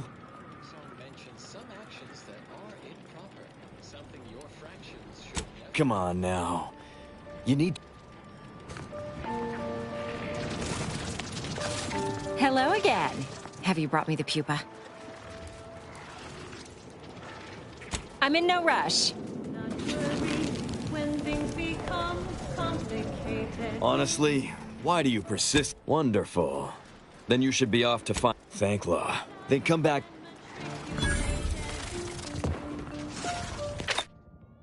There's no need to suffer from perplexity in the face of a source of large complexity. Takes all sorts.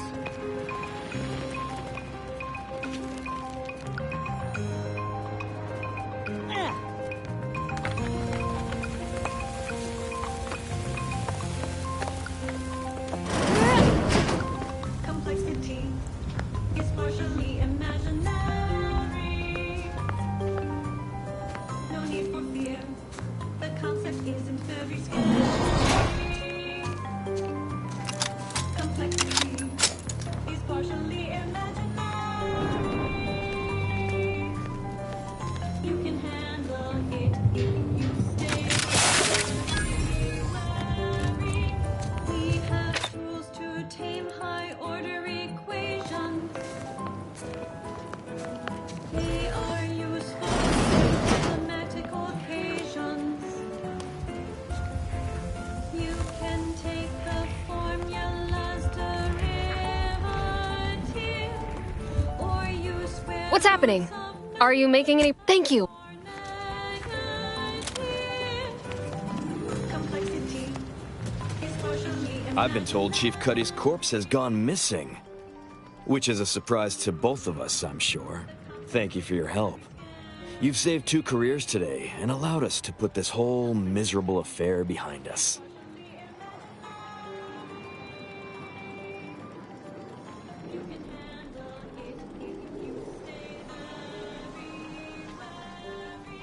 Of course. Debts left unpaid decays our character and all of anti-society. And this torrid affair has come close enough to doing both already. Regardless, it's nothing but ink in the ledger now. And speaking of ledgers, Bardot is free. And here's the balance for yours.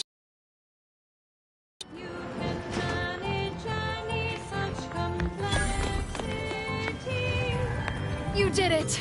You actually did it! I can't believe you could get it done. Thank you, thank you, thank you!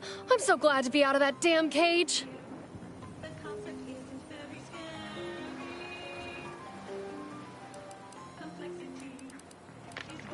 Someone else's crime. So you know what happened? That good-for-nothing rung leech! That dunderhead! I can't believe he'd... Oh, he's about to learn that poor Chief Cuddy's not the only one with executive contacts in the family. My cousin's a VP in R&D who used to head testing on Numa. Abner's going to spend the rest of his downright miserable life wishing he just confessed and took what's coming. That makes me extra thankful for what you did. If it'd been left in Abner's hands, he'd have made sure they'd thrown me in a hole so deep, even the Sprats wouldn't come visit. I've put in for that transfer, and under the circumstances, I think they'll give it to me. Thank you again for your help. Of belligerent zealots characterized as having cobwebs in the attic throughout Golden Ridge. Specifically through the N-ray range, our laboratory tasked with harnessing mysterious stellar radiation. We've lost contact with facility personnel and thusly fear the worst. Cultist trespassers could never comprehend the... I've put in for that transfer, and under the circumstances, I think they'll give it to me. Thank you again for your help. Dangersome. Unfortunately, given the current state of Golden Ridge infrastructure, we cannot verify the N-Ray Range's status without crossing through or over our decommissioned autonomous extractorium. A perilous trek even under the best of circumstances. Stay cautious out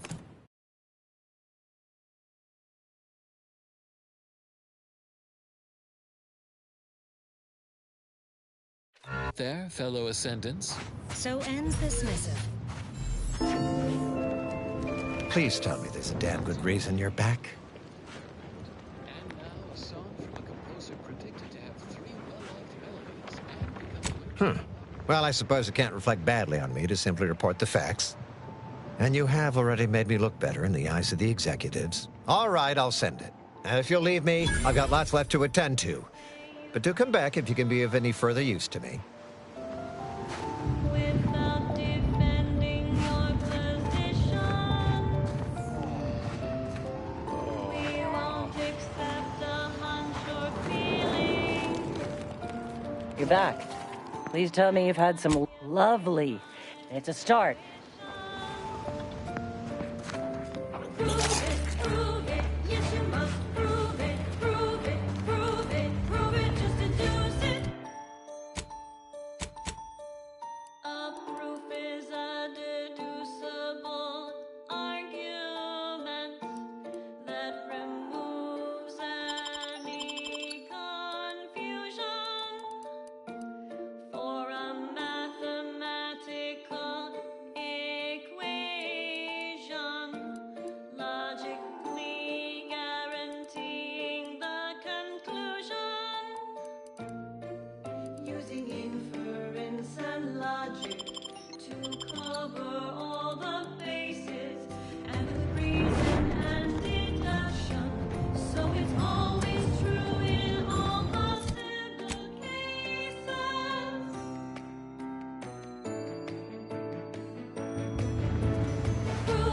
Prove it, yes you must prove it, prove it, prove it, prove it, just deduce it. Prove it, yes you must prove it, prove it, prove it, prove it, just deduce it.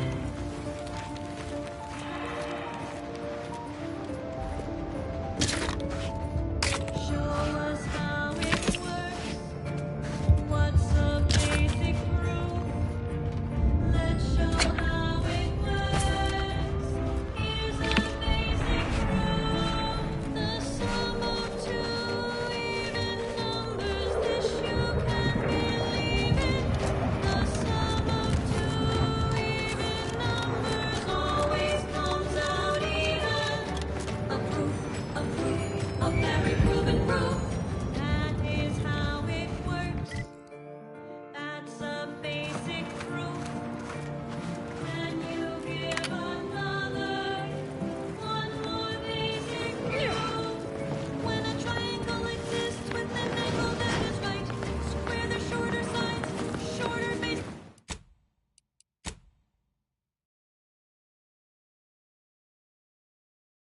And height, the sum of those squares will always be of use as the square of the longest side, the hypotenuse. A proof, a very proven proof. You think you know it all, the answer's in your heart, unless Rats you tingling, show the all charged up. your theory will be Go for torpification.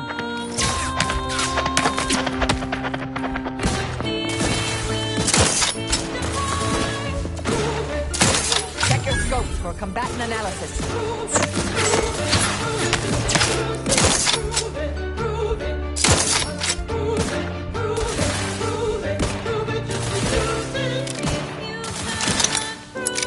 Target analyzed. Lay down fire.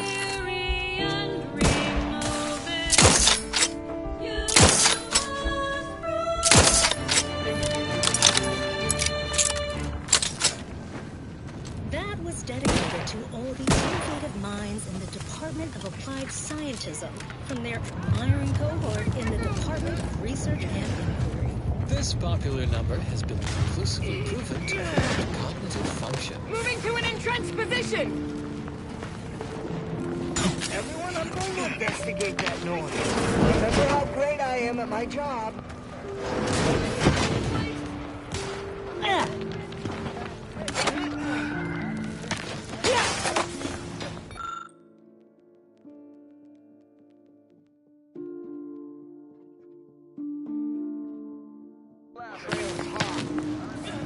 Hungry down!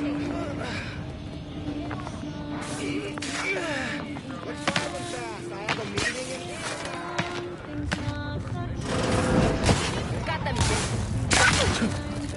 All right, you bastard. Resorting to violence. Weapons at the ready. Moving to investigate. Adversary vulnerabilities identified. All right, you.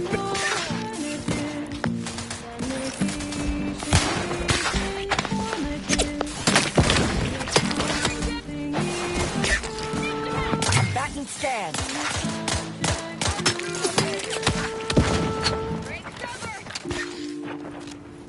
Moving to an entrenched position! Torpificator at ready. I have a fix on their weaknesses.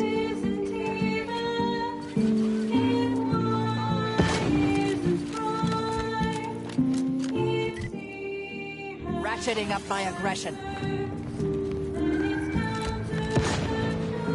Only thing between me and a double promotion was the people in Outpost Opportunity. Reckon it's a good day to be me.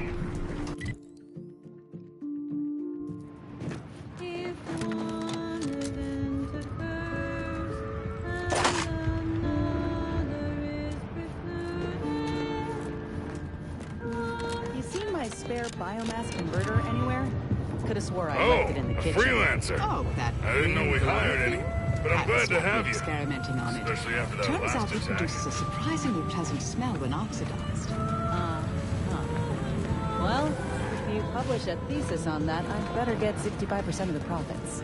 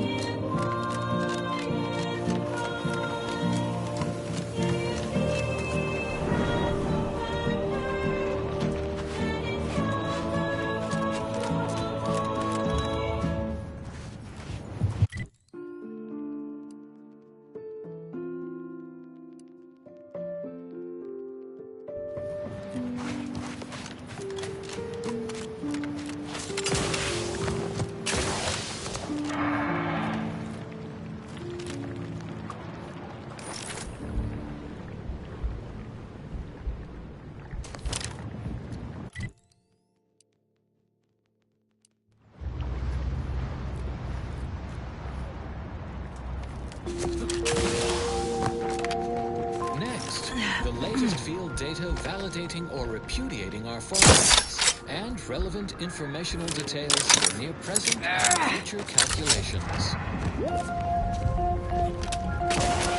The Office of Hindrance Deterrence and Obviation has posted the following for venturesome pursuers of justice and fortune. A bounty for the lives of Edward and Morton Dunsany, brothers and raiders last known to be operating out of the former Protectorate compound, Guardian Estates. A bounty for the life of Jan Dunsany, notorious bushwhacker. Dangerously addled, last said to be holed up at the Scrapper's Den. Ample rewards to be collected upon completion at the bounty posting site at Matriarch's Mercy. That is all for now. Until next time, keep hail and mind your calculations. Unlike parallel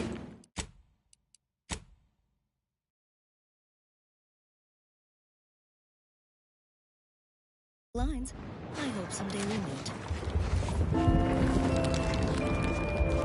Further beneficial content soon follows. And now, more music to perform advanced calculations by. Generating primes, techniques, and uses. Good day and welcome again to Advanced Abstract Algebraics, Section 4, Session 43. Please continue to enjoy the background music, which I have selected today based on its arithmetic-based harmonic progressions.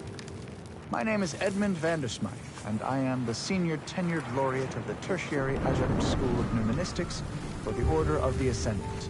Today's lecture will focus on the generation of prime numbers, techniques, and uses thereof. I know. Prime numbers? Why so simplistic? Well, consider this a basic refresher course in remedial numismatics for those new to the Order. I will start by explaining what a prime number is, despite the fact that you should have learned that definition decades ago, still in diapers, but no matter. I have been called many things, and repetitious is one of them. I have also been called redundant several times, and once I was called reiterative, if you can believe that. So, prime numbers. What are they?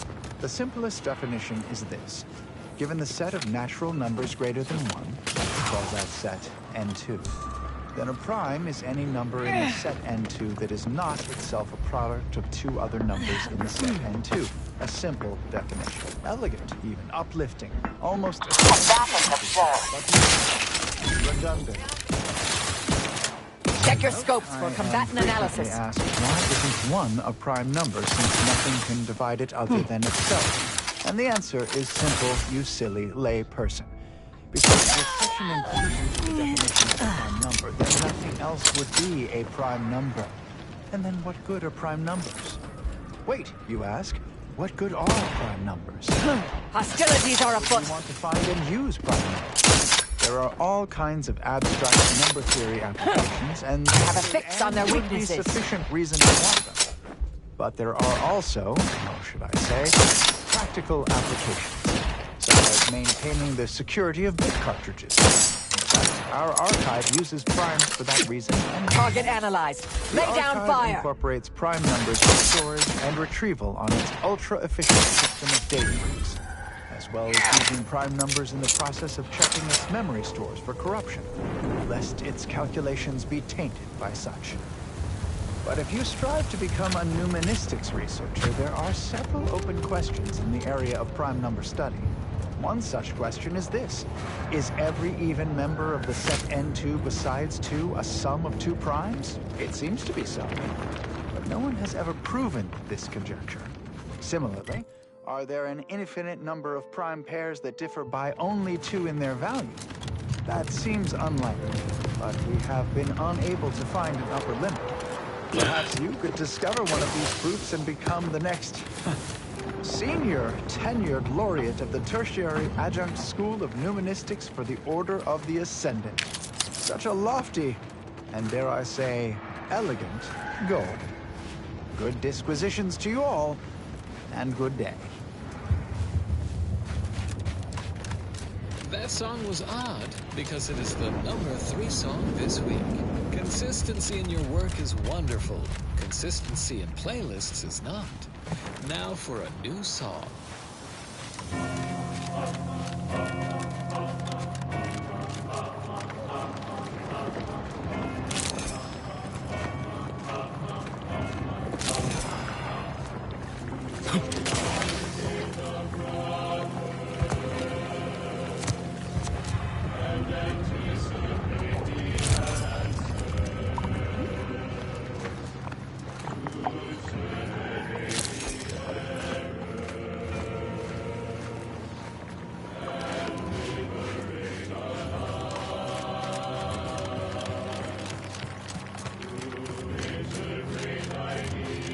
Think the cult's signaling that we ain't welcome here. But I ain't too keen on heeding signs.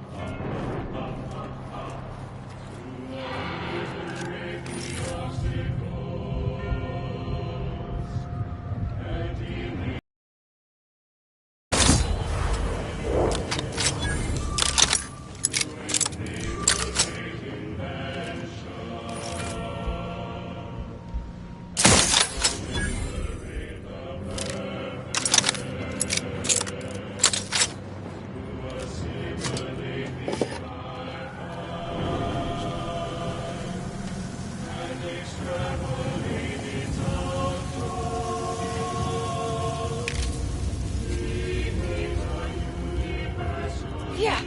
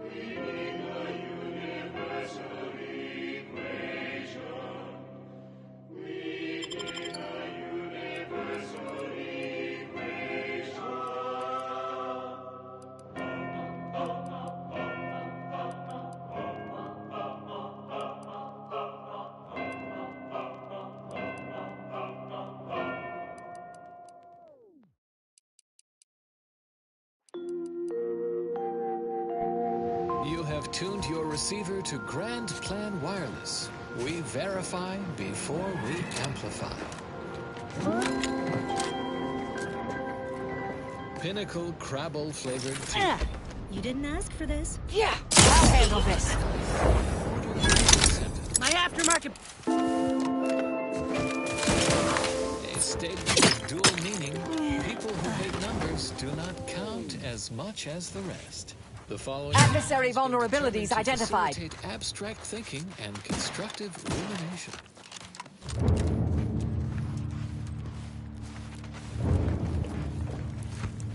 Yeah.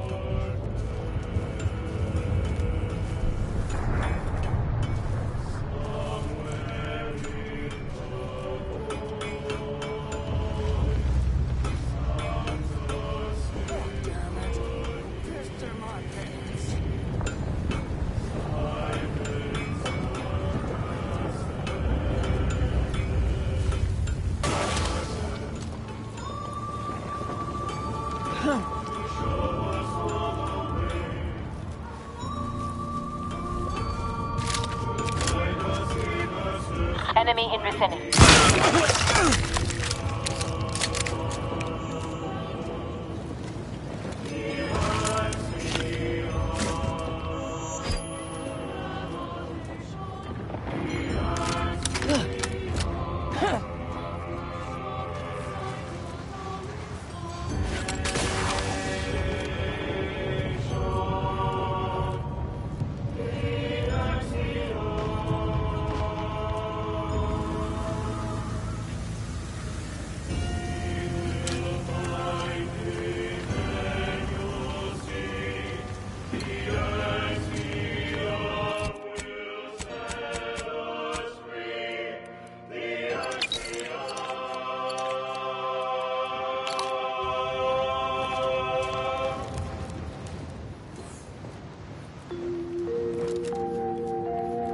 You are listening to Grand Plan Wireless, Arcadia's voice of reason.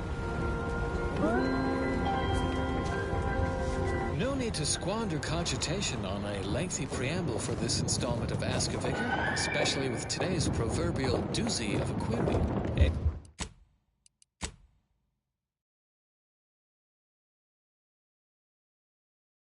A listener asks, I ain't got time to suss out the difference between the grand plan and the universal equation. Now let's turn to Vicar Magsai for the answer. First, based on the vernacular of that question, and it's not even a question, I shall assume the inquirer is no academic. Indeed, I theorize they're from Auntie's Choice. No doubt a cast-off from their consumeristic society, what they might call a rung leech. To this listener, I say, welcome.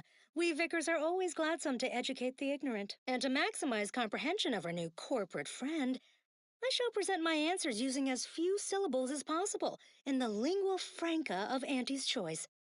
Product placement. I've just upended a box of Purple Berry Crunch across my work desk. It's one of Auntie's Choice's more digestible products. Addictively edible, even.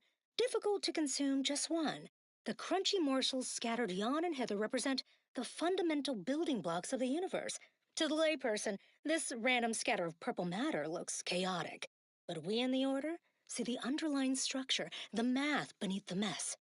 Every artificially flavored berry on my desk did not settle in its place by happenstance. It was positioned by atomical electrodynamics, by momentum, by the mass attraction of neighboring berries, the desk surface beneath them, the planetary object beneath the desk. The berries' bounce followed a predetermined order, no different from the spill of stellar material known as the Milky Way in the night void. We call this order the Grand Plan. Do we know every step of it? No. But we know it is knowable. Just a matter of calculating the motion of every particle in the universe. That calculation is a universal equation. Once we solve it, and it's only a matter of time, we will know all that ever was or will ever be. Not only will we predict reality, but control it. We will ascend to godhood. Keep put, much is left to come. Next out. The series on.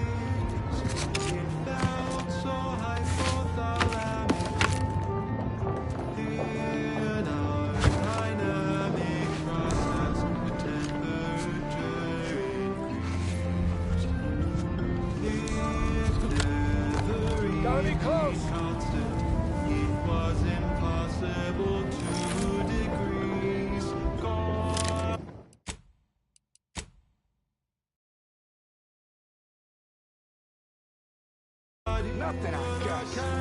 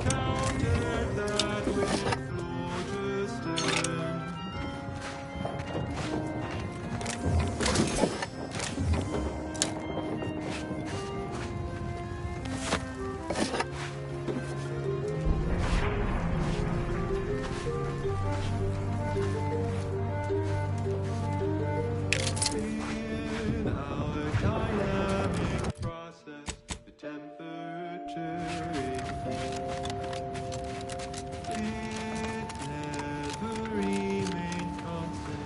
It was impossible to decrease. Caught in a catalyst, leading to combustion. Stuck in entropy, from chaos to decomposition of this fatal attraction. This fatal attraction. This fatal attraction.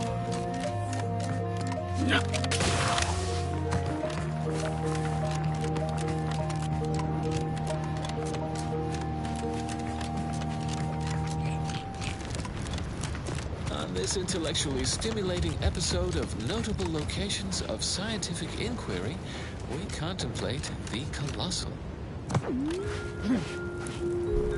A computronic construct so powerful, it requires a planetary mass ice ball to both house its analytical engine and cool it to 274.24 Kelvin.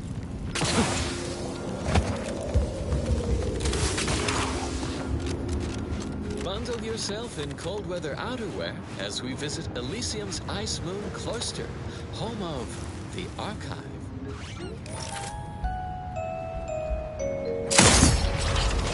This miracle decisive machinery was engineered by the first bishop and the matriarch herself, so we could harness its predictive powers to unravel the universal equation.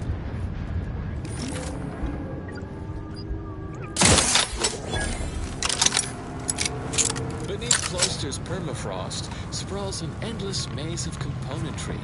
Resistor banks, logic assemblies, data manifolds, quantifiers, re-quantifiers, re-dequantifiers.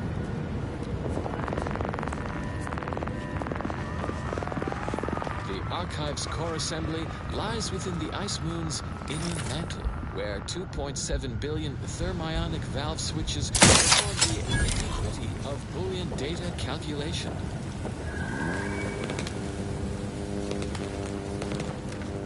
Such processing generates tremendous heat, which is dissipated by the thermal transfer system. 4,367.89 kilometers of feed and return pipes circulate coolant between Cloister's subsurface seas and the core assembly. Proceeding to attack. The core would turn molten in 1.8 minutes without thermal transfers consistent. Vitals looking a mud marginal, Commander. PSI. Fortunately, this More effective when you're threatened. Combatants taking the fight out of them, mitigating the threat. transfer system improved so irrationally.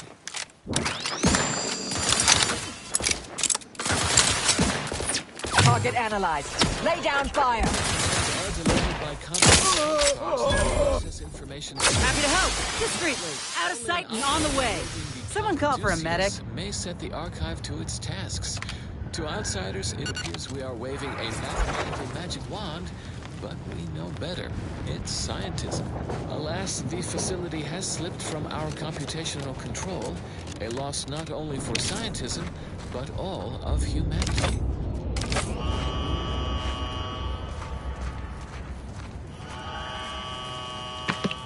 It is imperative that we recover the Archive and resume its great purpose, solving the universal equation so we will inevitably achieve ascendancy.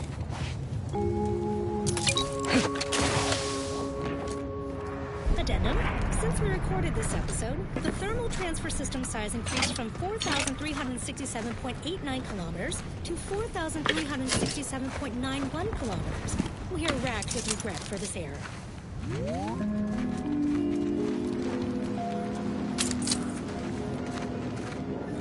Stand by for further stimulating content.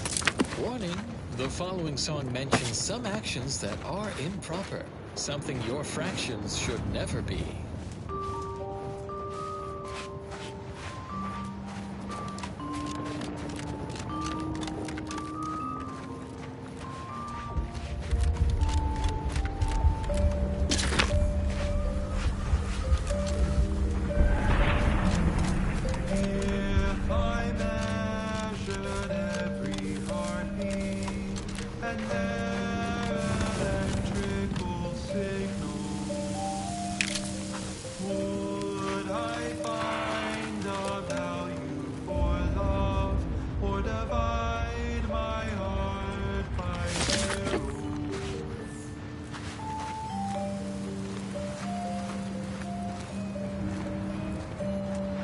If I input every integer of an internet connection into a computronic system, would my punch card face rejection? Love does not compute. The variables seem infinite. Love does not compute. It's both clear and ambivalent. Love does not compute.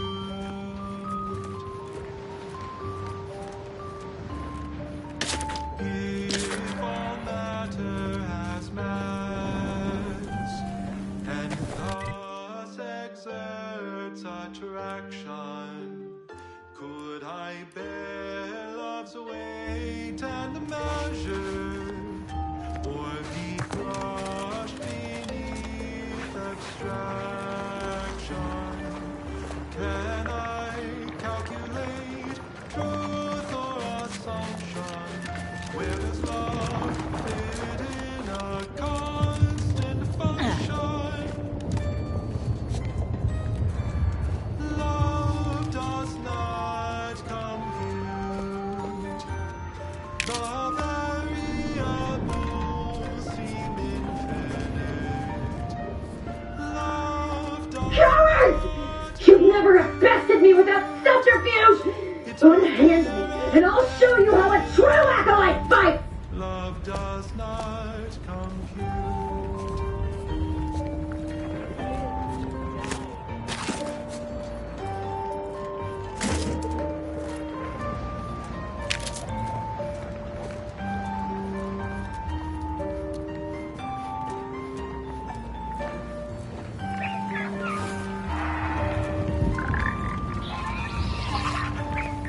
Love does not compute. Love does not compute. Love does not compute. Love does not compute.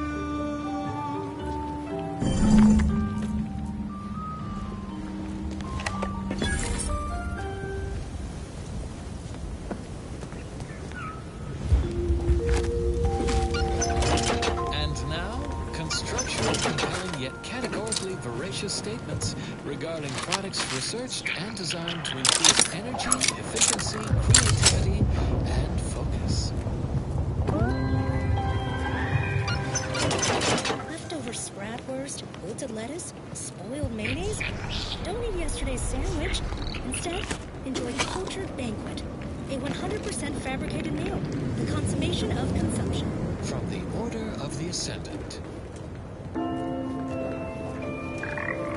Whimsical computational jest 37A.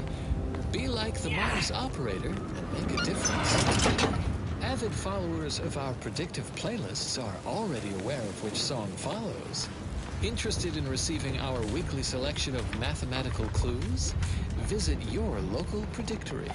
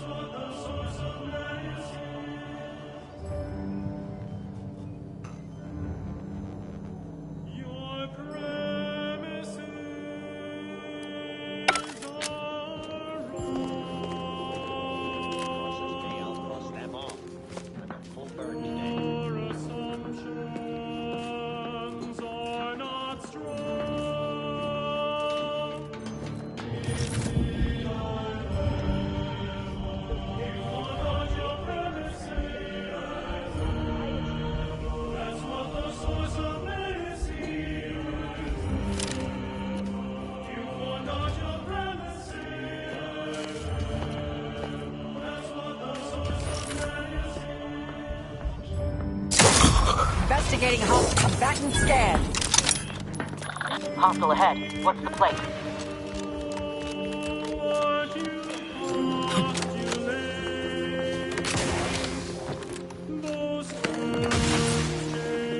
Adversary vulnerabilities identified.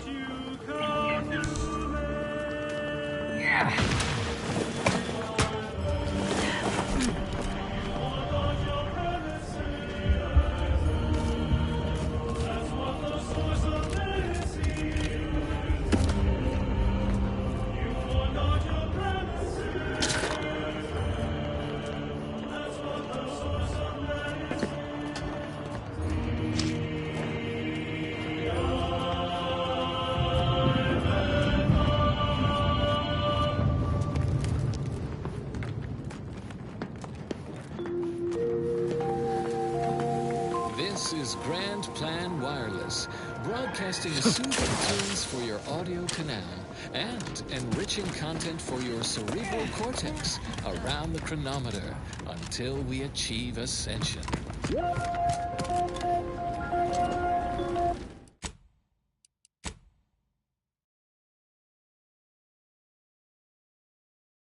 For those of you away in the field or heads down in research during our last shared learning symposium, we offer the following rescreening of Vicar Magsaysay's presentation.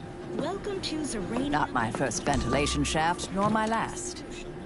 Though minute amounts were first discovered in the Beta Draconis system, Zeranium wasn't found of Cloister and Eden. Since it's become the principal power source for all recognized inhabitants of the system.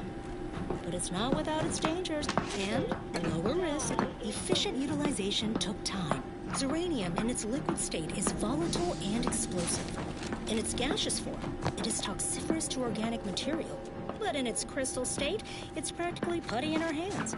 Not fully safe, of course. You wouldn't sprinkle Zeranium crystals on your nutrient bars, but they won't kill you on immediate contact.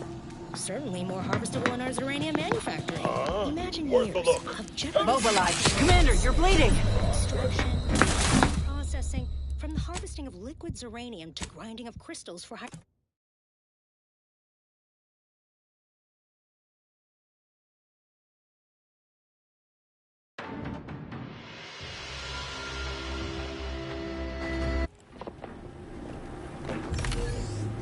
For those of you away in the field Release me or now, heads you down in traitor! research during our last shared learning symposium, we offer the following rescreening of Vicar Magsaysay's presentation.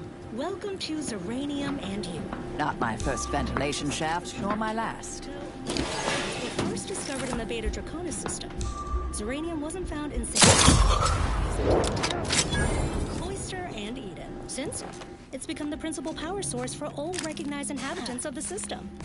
But it's not without its dangers, and lower risk. Efficient utilization took time. Zeranium in its liquid state is volatile and in its gaseous form, it is toxiferous to organic material. But in its crystal state, it's practically putty in our hands. Not fully safe, of course. You wouldn't sprinkle Zeranium crystals on your nutrient bars, but they won't kill you on immediate contact. Certainly more harvestable in our Zeranium manufacturing. Nearby. Imagine years of jeopardous methodological experiments with extraction, refinement, and processing, from the harvesting of liquid Zeranium to grinding of crystals for higher yields. Now, Zeranium powers everything from laboratories and outposts to craft and weaponry, and at a greater input to output ratio than any other known form of fuel. End message with an emphatic sign-off such as, "You'll never be sad when you have solutions." As a note to self, not to be read aloud. Continuing as predetermined. Warning, the following song mentions some actions that are illegal, something your fractions should never be.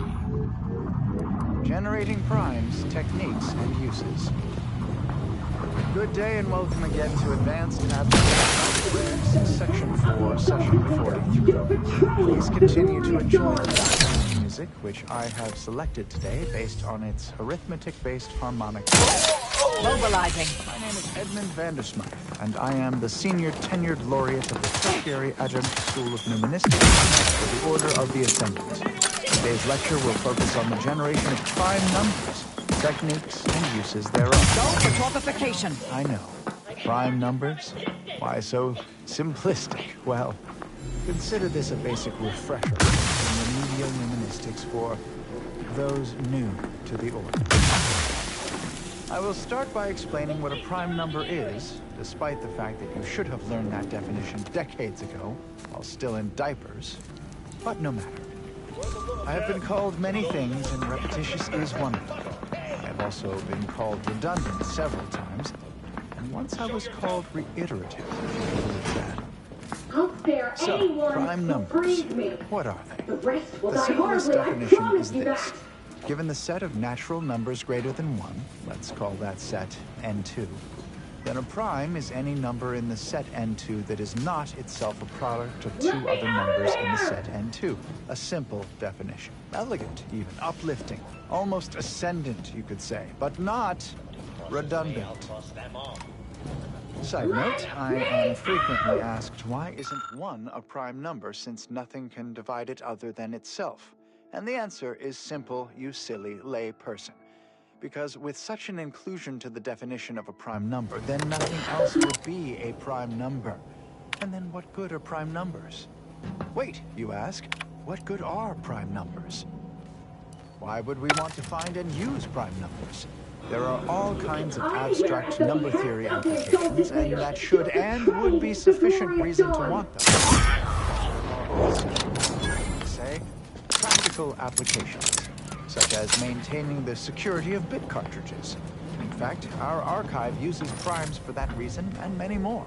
The archive incorporates prime numbers for storage and retrieval on its ultra-efficient system of data bricks, as well as using prime numbers in the process of checking its memory store for corruption, lest its calculations be tainted by such.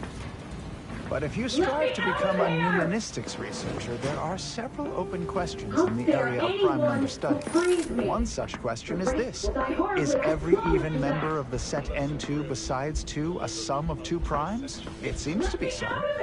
But no one has ever proven this conjecture. Similarly, are there an infinite number of prime pairs that differ by only 2 in their value? That seems unlikely, but we have been unable to find an upper limit. That certainly painted a picture, dear. Bit illogical, hardly persuasive, but good energy. Adjunct School of Mnemonistics for the Order of the Ascendant. Investigating hostile intentions. Target analyzed. Lay down fire. Go. Good dispositions to you all.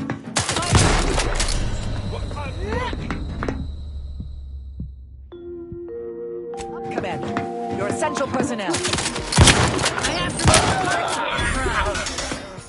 Batten scanned. Medkit coming your way. You have tasted a great old-fashioned cocktail, but I think it's the highest-rated old-fashioned ever. Now you know. Rattling on, Commander. Medic's orders. From the Order of the Ascendant. Just doing my job here.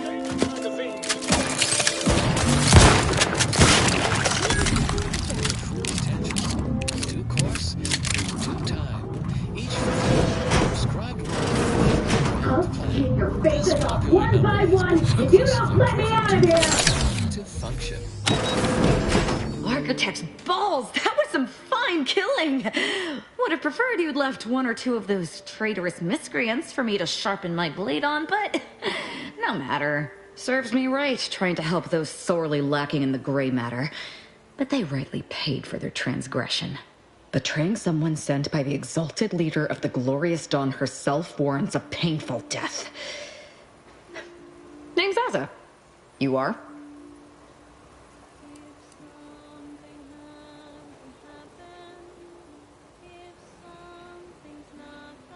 No need for such false modesty. If you hadn't come along, I may have been done for.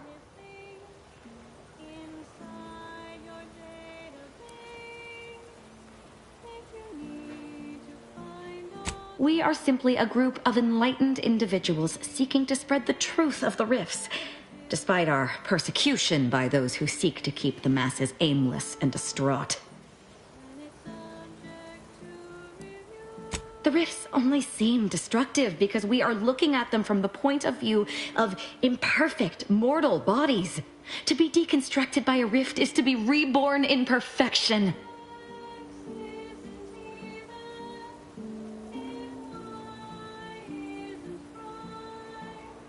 The rifts are a device of the architect to hasten humankind's perfection. They reduce whatever comes into contact with them to mathematically perfect information. We are nothing but that information, but we cannot see that because we exist in a chaotic and disordered reality. The universe is decaying, and our efforts to manage it are futile. The rifts are a perfectly ordered phase of existence. No chaos, no striving, no suffering. Peace and unity with the architect themselves. Ridiculous. The rift's existence is an anomaly, nothing more. Their existence begs for correction. I see no need to respond to such heresy. You are obviously ill-informed.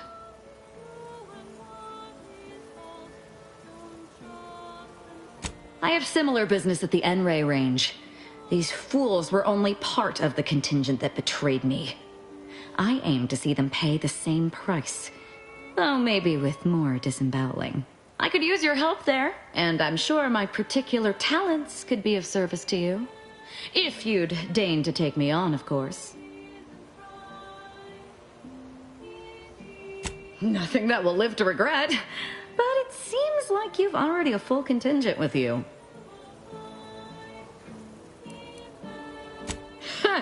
You're funny. After I gather souvenirs here, I'm off to the N-Ray range to kill me some traitors with or without you. So if you happen to change your mind, stop by and give me a hand.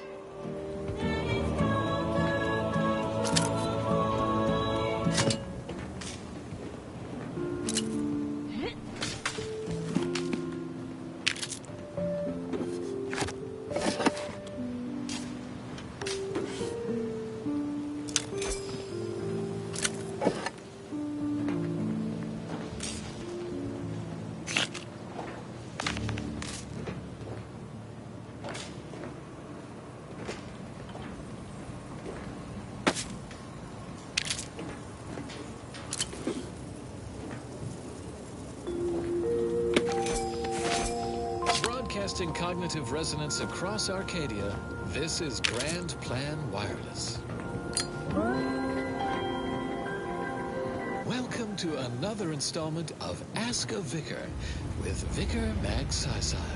A recent inquiry: why do I hear order product advertisements from the same voices denouncing Auntie's Choice rampant commercialism? Good question. I'd say the place we differ most from our consumers' rivals is, well, our overall philosophy. The way we view everything. They believe in profit above all else, while we strive for the ascendance of all humanity through the solution of the universal equation. The difference could hardly be greater. So, while we might share methods from time to time, such as the distribution of goods in our case, to help others ascend to greater heights, we could hardly be more dissimilar.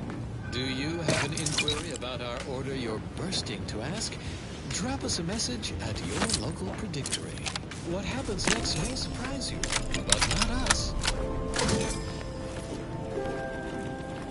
And now, more music to perform advanced calculations by. We were once two separate points. We had no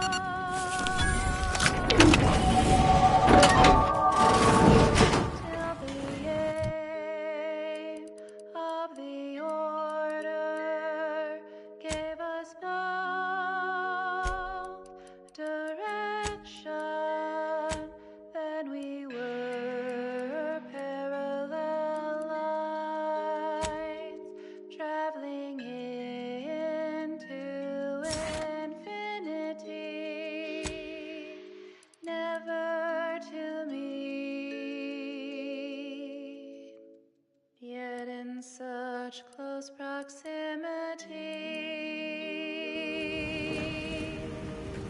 And then one day our eyes did meet, and fate set into motion that telltale surge of dopamine.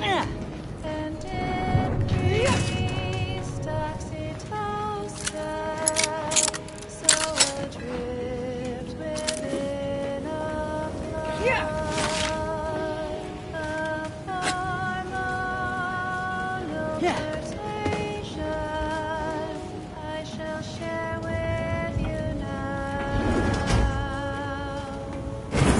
My heart's comfort's equation.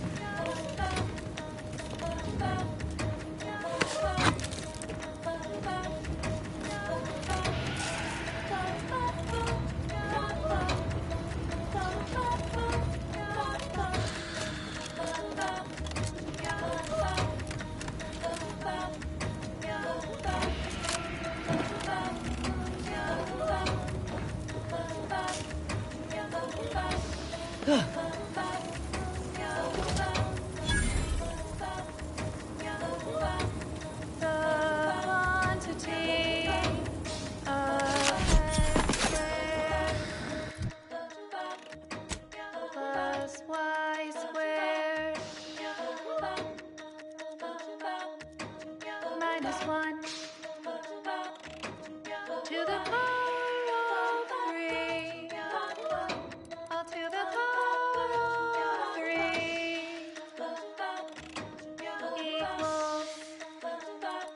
equals x squared times y cubed. That is the graph of my heart. That is the graph of my heart. That is the graph of my heart. Your thorough appreciation of that song was considered a probabilistic certainty. Consistency in your work is wonderful. Consistency in playlists is not. Now for a new song.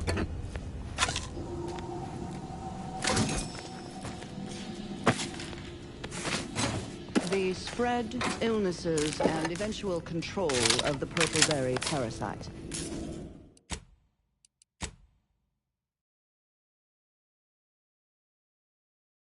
OA Archive. There best be a stiff bottle waiting for me if I ever manage to make it out of this barrel.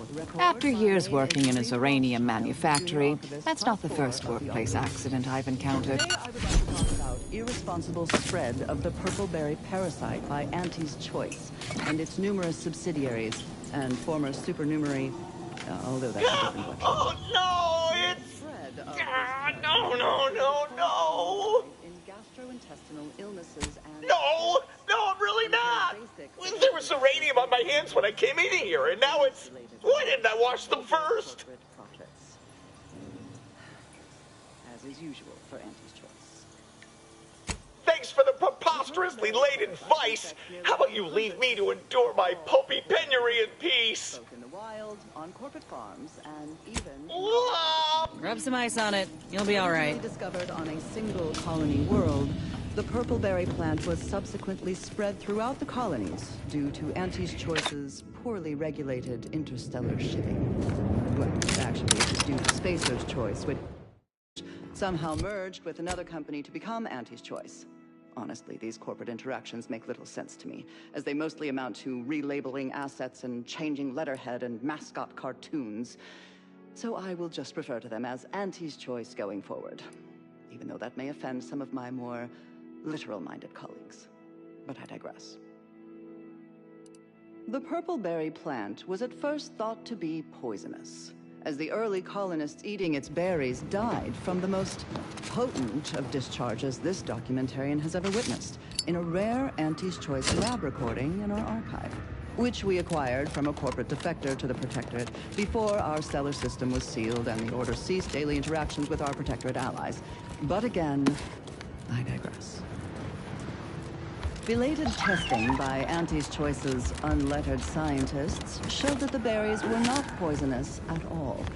Instead, they were infected with a microscopic parasite, the purpleberry parasite, or PBP, as it is colloquially called in Auntie's Choice's records.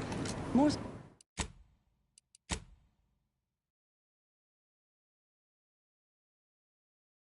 specifically, the PBP eggs are found in every berry of an infected plant, where these eggs have been subdermally injected by the second stage of the parasite.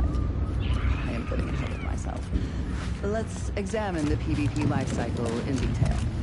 After an infected berry is eaten by a host, the microscopic eggs inside the berries are exposed to the host's digestive enzymes, which trigger their hatching. These parasites enter their second stage as spiky, worm-like creatures with outsized, pincer-like mandibles, which then proceed to feed on the host directly, ingesting tissue and blood along the entire intestinal tract. These worms are eventually expelled when they reach a size of approximately 2 centimeters in length, and they then seek out nearby purpleberry plants to lay their eggs in the ripening purpleberries. And I should add that the plants are well fertilized in this entire process. Also, as the expelled contain undigested purpleberry plants, the distribution of the plants is increased, helping infected purpleberry plants to spread farther and grow better than uninfected ones. Perhaps unsurprisingly, careless Auntie's Choice scientists mislabeled this case of obvious symbiosis, given how both the purpleberry plant and its parasite are benefited by the relationship, as a parasitical relationship. Given that initial classification error, it's a wonder the Auntie's Choice scientists managed to ascertain any subsequent safeguards at all.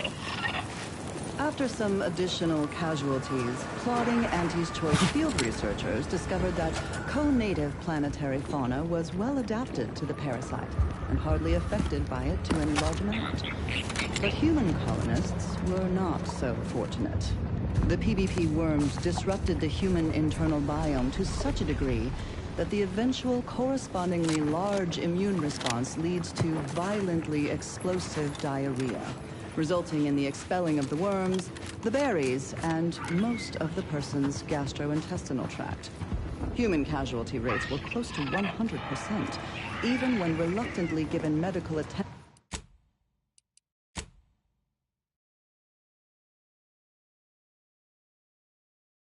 by Auntie's Choice doctors, who were more concerned with upselling unnecessary procedures or prescribing expensive ointments such as their antibiotics, a topical cream that offers no benefit to the dying patient except possibly smoothing away stubborn wrinkles, according to product literature. However, given the purpleberry's non-zero nutritional value and low growing costs, impatient Auntie's Choice administration officials directed their labs to find ways to remove the parasite from the berry. A variety of methods were tested and found effective, but they were all time-consuming and wasteful of the edible portion of the purpleberries, so these methods were deemed non-cost-effective and rejected at the time. Eventually, the answer was found not in a lab, but in a history book. Specifically, a history text on Saltuna, a crossbreed of 2 different earth fish species called salmon and tuna, was found that contained a reference to anisakid nematodes, or salmon worms, with an estimated 70 to 90% of all salmon being infected by these parasites. More importantly, the text contained the solution to eradicating these parasites: freezing. The simple and obvious, yet untried, act of freezing the salmon meat killed the embedded parasites. A quick test showed this.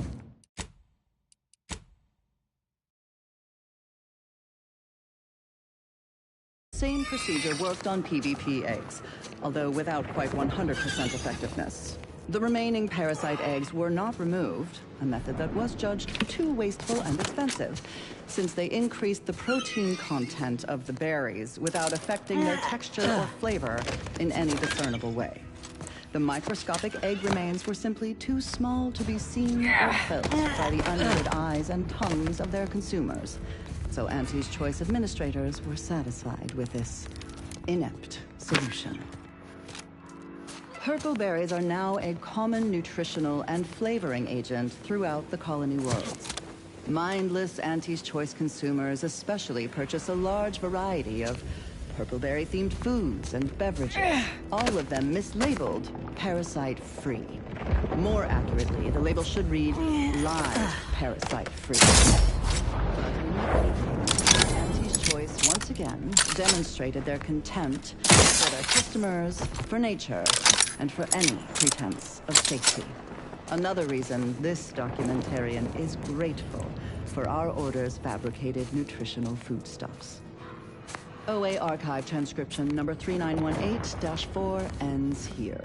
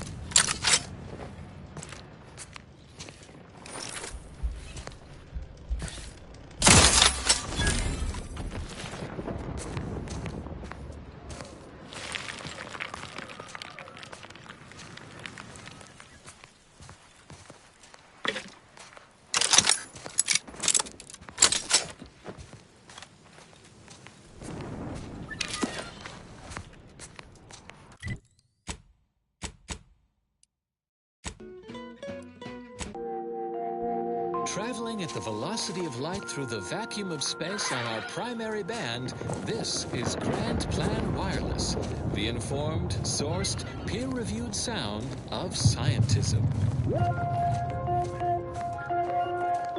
For those of you away in the field or heads down in research during our last shared learning symposium, we offer the following rescreening of Vicar Magsaysay's presentation.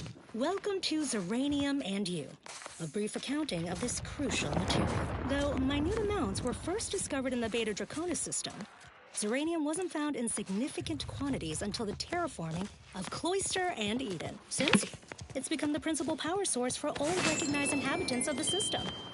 But it's not without its dangers, and lower risk, efficient utilization took time. Zeranium in its liquid state is volatile and explosive. In its gaseous form, it's organic material. But in its crystal state, it's practically putty in our hands. Not fully safe, of course. You wouldn't sprinkle Zeranium crystals on your nutrient bars, but they won't kill you on immediate contact. Certainly more harvestable in our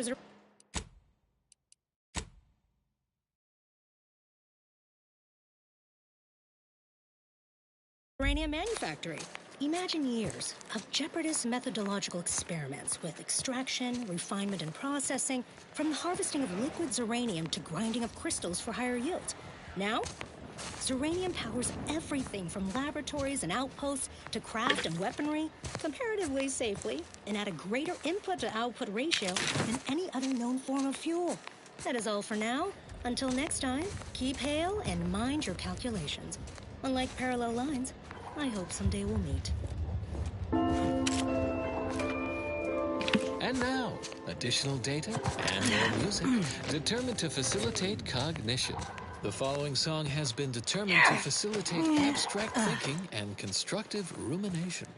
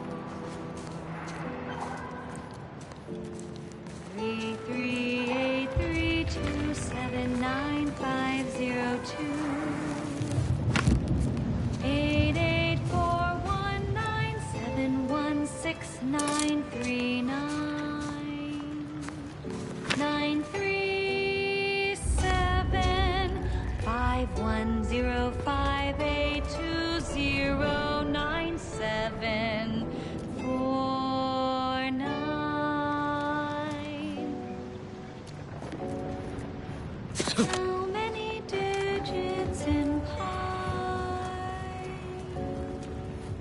How many numbers am I? Huh. How many digits in pi?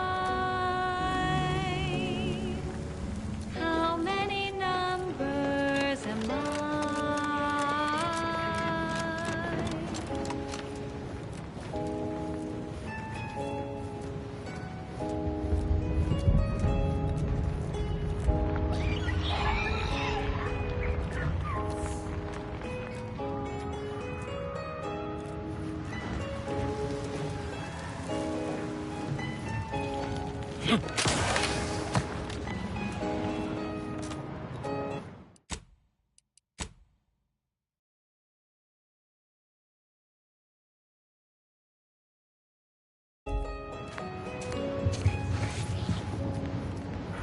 How many digits in pi?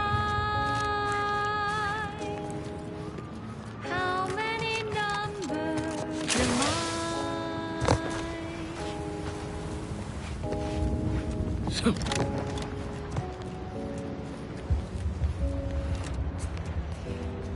4, 4, 5, 9, 2, 3, 0, 7, 8. 1, 6, 4, 0, 6, 2, 8, 6, 2, 0, 8. 9, 9, 8. 6, 2, 8, 0, 3, 4, 8, 2, 5, 3, 4, 2. How many digits in pi? How many numbers am I? How many digits in pi?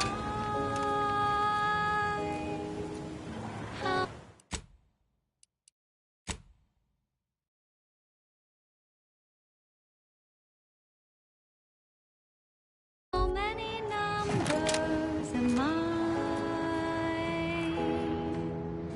How many numbers am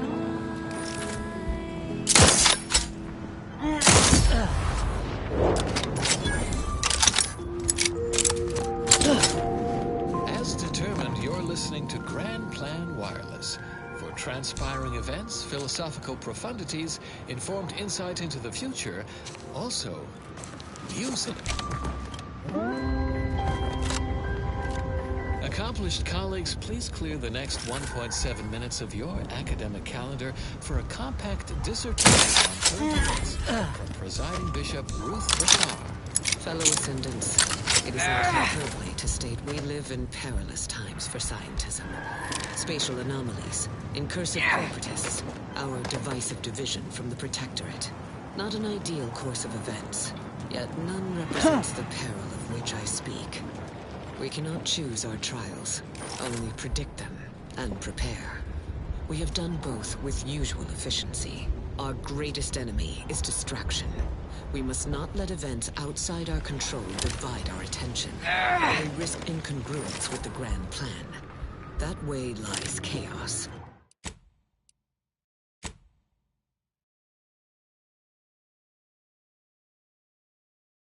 We are the Order.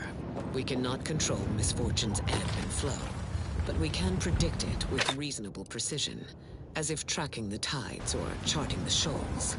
Embrace rational thought, stick to the plan, and unlike our emotional Protectorate brethren, the fair winds of scientism will carry us to ascension. Stay tuned for what follows. Next up, well, the seers among you already know. Probability and the grand plan. There can be no discussion of the grand plan without also entertaining a deep contemplation of probability. our ability to predict events to varying degrees of certainty is fundamentally rooted in statistical mathematics. Statistics, at its heart, is not but data that is gathered, collated, and subjected to analysis. But what is the role of chance in that analysis? Let's look at the interpretation of pure chance. If one flips a perfectly balanced coin, it will land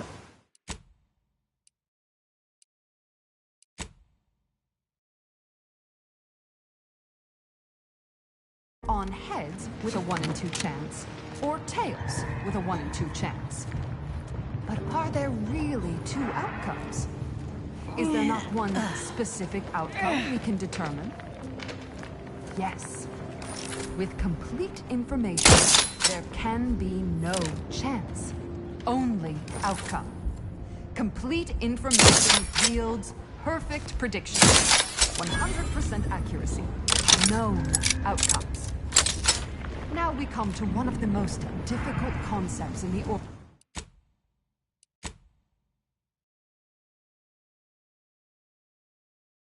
order for initiates to grasp. If the result of the flip of a coin is known to be heads, is it necessary to flip the coin? Would it not be more efficient to simply go forward as if it had been flipped, and proceed with whatever action that flip was intended to choose? If so, what part of that choice was ever left to chance? The answer, of course, is none. Only when there is less than complete information are we reduced to chance. At present, we do not have complete information. Instead, we are still forced to deal in probabilities, expected values, and standard deviations, which lead to the dreaded sigma of probability distributions. By necessity, we are forced to estimate outcomes based on assumed distributions of sample populations. Such a tragedy. I'll handle it. Looking a little woozy there, Commander. Tragedy. A horror. No worse for wear. The archive. Every bit of data collected. Getting up. Locking them down. Check your scopes for combatant analysis. Our goal. The solving of the universal equation. Probability is not enough. Guesses. Commander, we're bleeding. Enough. Someone's offer a medic. Rescue. Sight unseen. Happy to help. Discreetly. Which lead to tragedies. We must not guess. We must know. Help us know. Contribute any and all data you can collect to our proud archivists. And you too can say you contributed to the archive.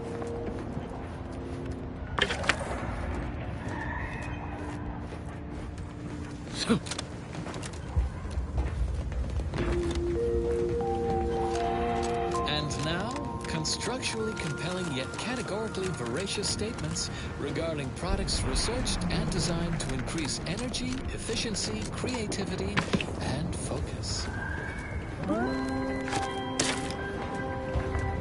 Make Pinnacle Meal Replacement Bars the complete part of your daily meals and of the plan.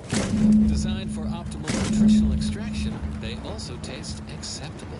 From the Order of the Ascendant. A roguish comical remark discovered upon a chalkboard. And his choice and the Protectorate both count very little. The Order of the Ascendant counts the most. And now a song from a composer predicted to have 3 well-liked melodies and become allergic to water this year.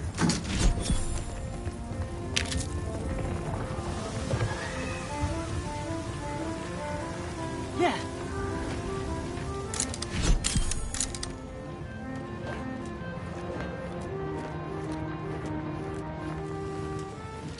When we first met, your eyes pierced mine like an ionic bond. I felt it in my new life, your obsession with truth, and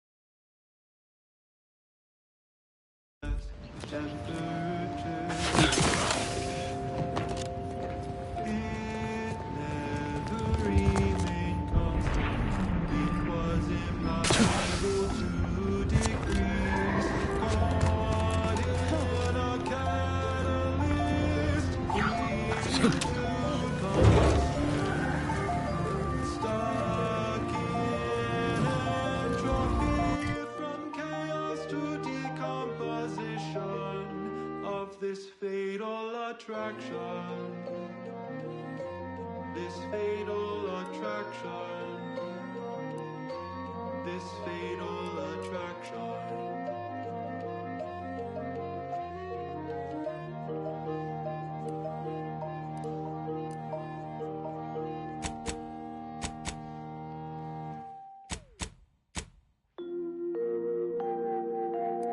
You are listening to Grand Plan Wireless, Arcadia's voice of reason. And now, with another enlightening missive for the always inquisitive, it's time for Ask a Vicar with Vicar Magsaysay. A student wants to know, what exactly did the charismatic mathematician teach? One can spend a lifetime poring over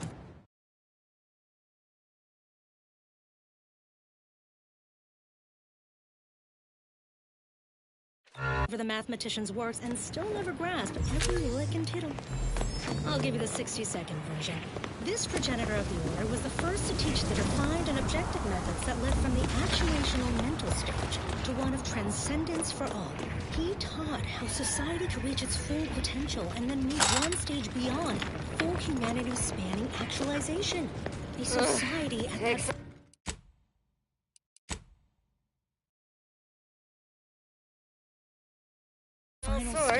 Caught in the act? Auntie's been looking for you, criminal. Pay what you owe, or your reckless behavior ends here. Commander, if you'd like to have me handle this, I'm more than able.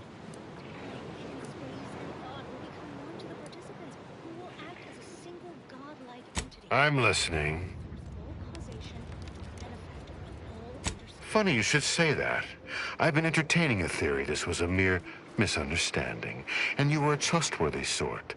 Pleases me to see I had the right of it. Pleasure to... Friends of Auntie's don't steal from Auntie. Keep put, much is left to come. Avid followers of our predictive playlists are already aware of which song follows. Interested in receiving our weekly selection of mathematical clues? Visit your local predictory.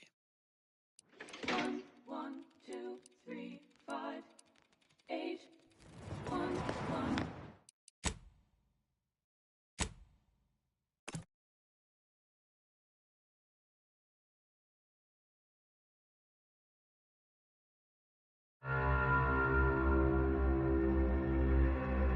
Final stage will exceed human consciousness and understand infinity itself, grasping all of the cosmos as a single equation of thought.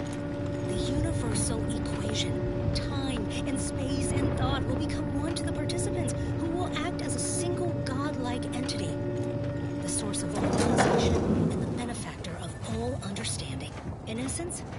nothing will be left to chance. The Ascendants will see all that was, is, and meant to be. Humanity is well along this path to omniscience. We can thank the charismatic... Hey, friend! Any chance you've brought me a zero? Oh, you're my new favorite person. Here, take these bits as a thank you. Feel free to look around. As long as I don't see you taking or breaking things, it ain't my problem.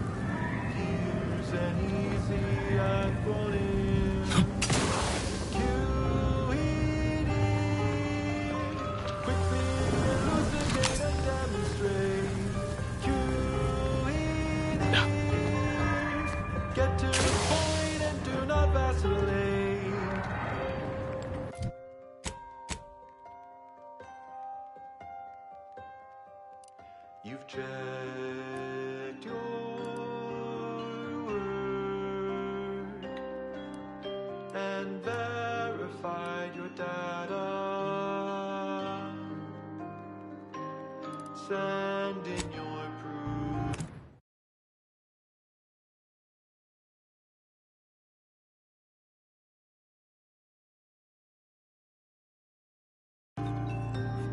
Don't wait for later. You've crossed your T. You're back. Please tell me you've had some luck and lovely. Wonderful. That's just enough to get the first of our auto docks back up and running. Still, if you find any more, please bring them my way. It would be marvelous to have spares. I'm glad you're back. Getting the first... Well, it's not much. Elucidate and demonstrate. QED. Get to the point and do not vacillate.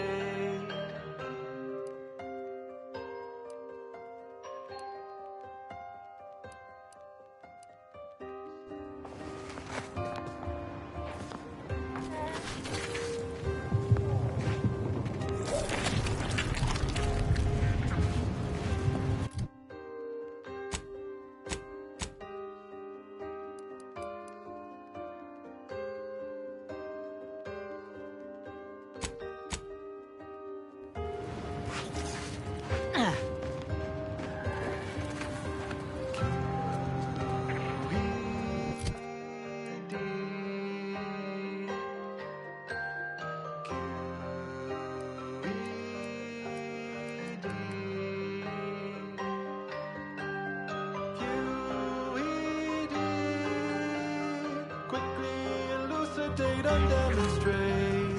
QED. Get to the point and do not vacillate.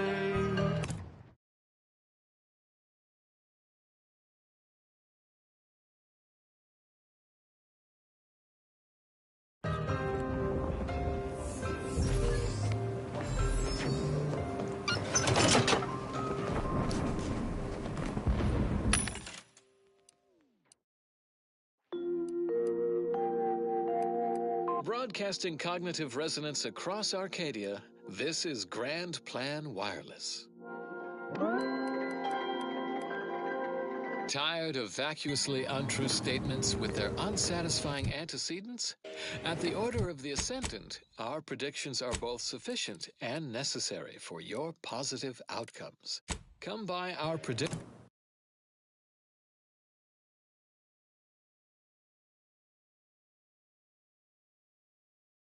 Victory Today, where we will share with you our deductions and their contrapositive. Got a bad feel about this line, hon. Don't like being so exposed. Hell of a thing coming all this way just to catch a bullet on the camp's doorstep. You worry too much, my dear. Even the Protectorate isn't much in the business of murdering refugees. And there aren't many Protectorate nearby. I'm sure the Order will aid us. Maybe. Even if that's all true, camp's still gonna need a place for us to go. Sorry.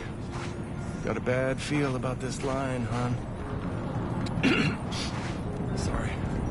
Got some kind of tickle in my chest. Do you believe Arcadia shall ever return to how it was? I wish. Between the invaders... The paradigm is a self-centered derivative take on the grand plan. That's how little the Protectorate respects your intellect.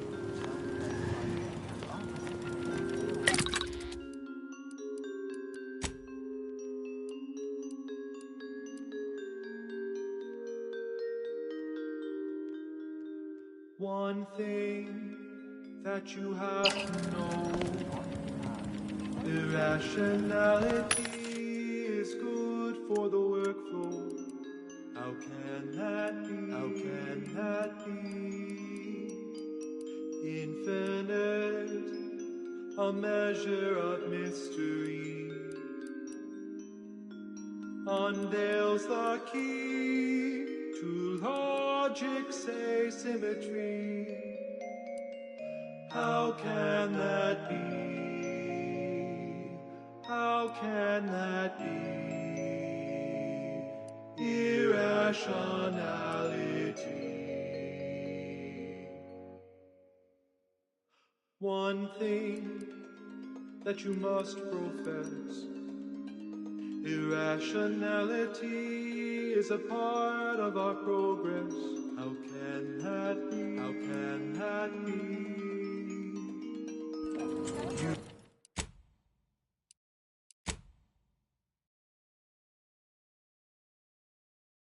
Losing heart, a number without evokes a result, correct in the dividend.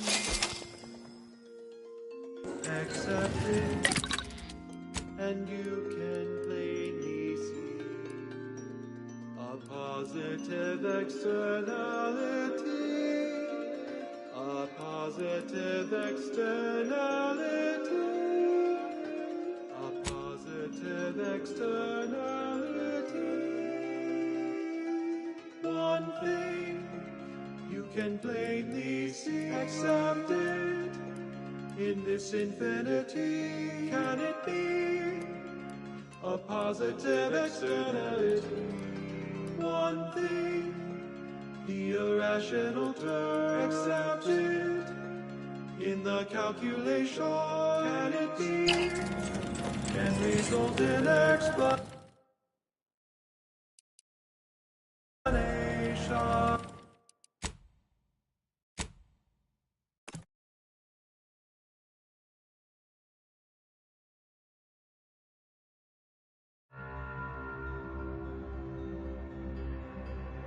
Losing heart, a number without end,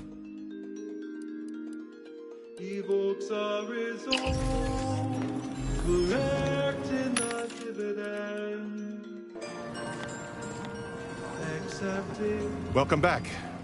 Any luck enlisting help? My supplies are running low. A positive externality. A positive externality. A positive externality. One thing. Unless you have authorization, I haven't. In this infinity, can it be a positive externality? One thing, the irrational term, accept it. In the calculation, can it be? Can result in explanations. How can that be?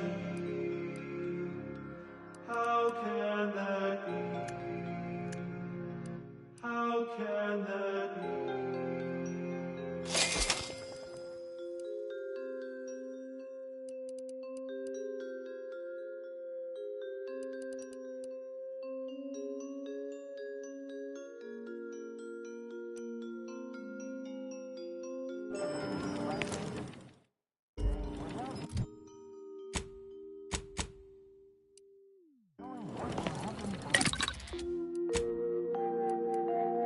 You have tuned your receiver to Grand Plan Wireless. We verify before we amplify.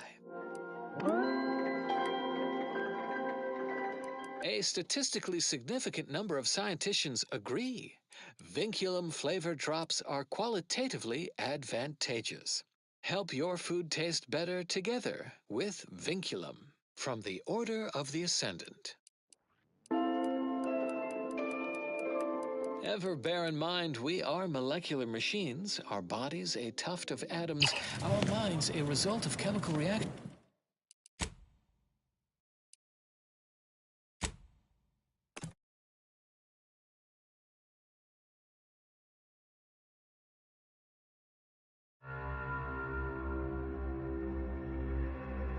Losing heart, a number without end,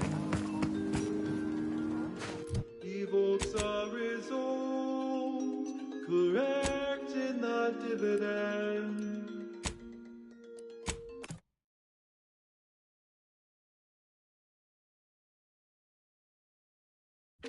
Accepted. In an effort to update records, this unit has some questions for Agent Delgado, also known as the Endpoint. No need to be so formal, my...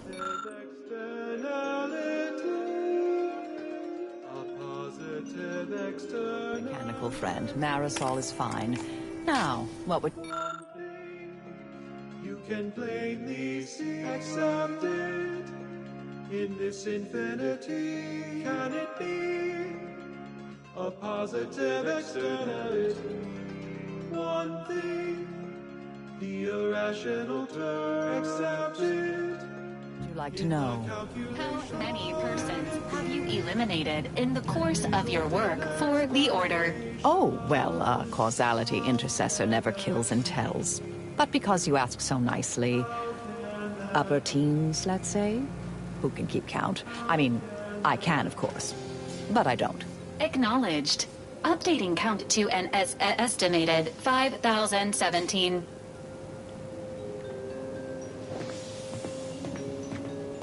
Agent, what do you need? Happy to provide unbiased observational data. Ah, your young colleague. Competent, practical, crack shot. Saddened by his years of isolation, but also honed like me. He would be a formidable target of assassination. Oh, he seems like a nice young man, dear. She possesses surprising scientific aptitude, particularly in the medical field. Good to see she's finally recognized her true value. Auntie's choice never deserved her. Her model is a design classic, and the aftermarket mods she received from Niles are most impressive. We'd be dead many times over without her. She makes me laugh more than anyone. Inquire away. I may even respond.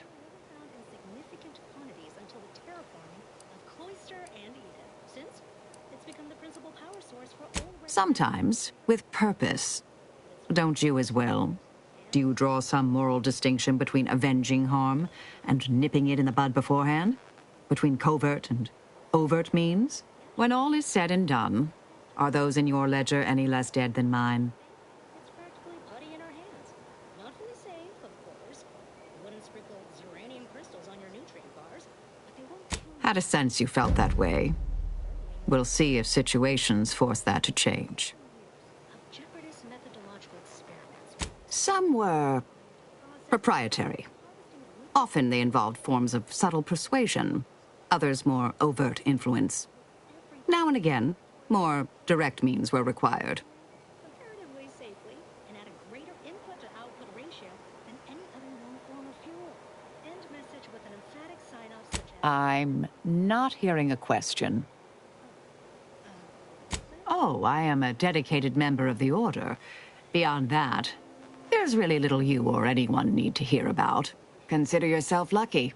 You already know more about me than anyone else I've met in the last 20-odd years.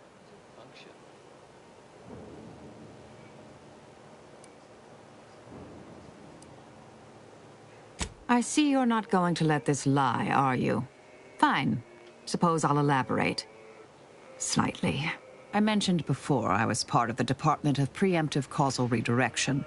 My role there, you may recall, was head intercessor. I was tasked to influence pivotal events, to keep the solving of the equation on track.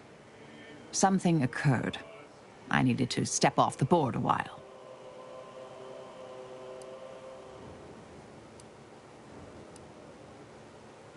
To put it mildly, after the incident in question, seeking refuge seemed prudent. Dorado appealed to me because it was off the board but not completely remote. There I could lie low for a time, but observe. So I'd believed. Our department was shuttered shortly after Ruth Pissar took office. To avoid undue attention, I remained in hiding. You mean siblings, parents, that sort of thing? I never knew my family. Children enter a communal care educational academy very early within the Order. Had a few instructors I was fond of, but no, they're all long gone.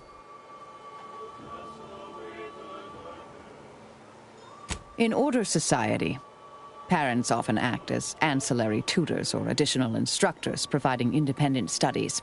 Such supplementary curriculums can be beneficial to a developing mind or even fun.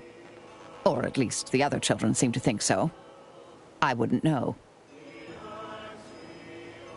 Why our scientists are second to none, you mean? I know to an outsider this hardly sounds like a nurturing environment. But good teachers not only enlighten, they cultivate and inspire. They help students reach their full potential, as they did with me.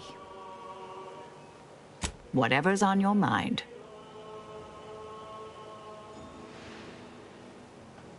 That would have been a rather fanciful notion at the time.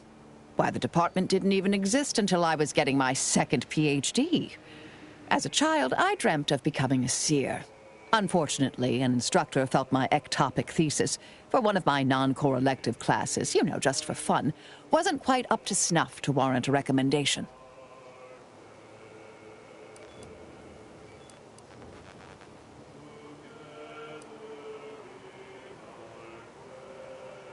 To speculate would be an unproductive use of time. That's not what the plan had in store for me. Besides, seeing what Anais went through cured me of my romanticized notions about the role. A life solely dedicated to predictive analysis, well, it's no stroll in the park. Orlo recruited me personally right after I became a double MD PhD. Some said I hadn't yet proven a strong theoretical background, but he believed in me. After my advanced field calculations earned me a dozen successful missions, those naysayers changed their wheedling tune. Do you now? Let's hear it.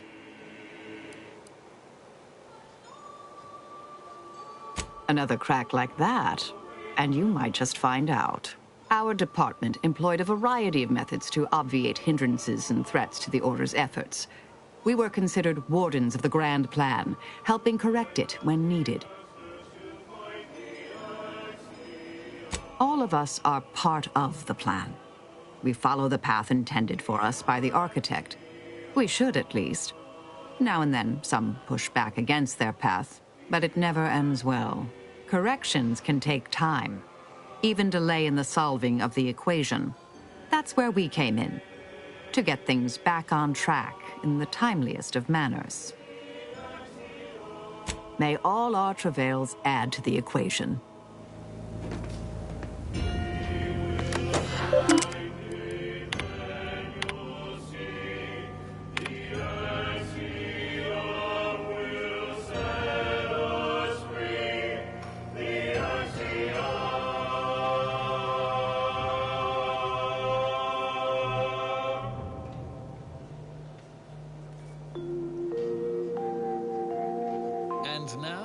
structurally compelling yet categorically veracious statements regarding products researched and designed to increase energy efficiency. Marisol's something, huh? She had everyone fooled, and then she turns around, exposes Svoboda for what she is, and reveals herself to be the endpoint. What kind of name even is that? She reminds me of the serial heroes I wanted to be just like when I was a kid. I'd tell her if I thought she'd appreciate it.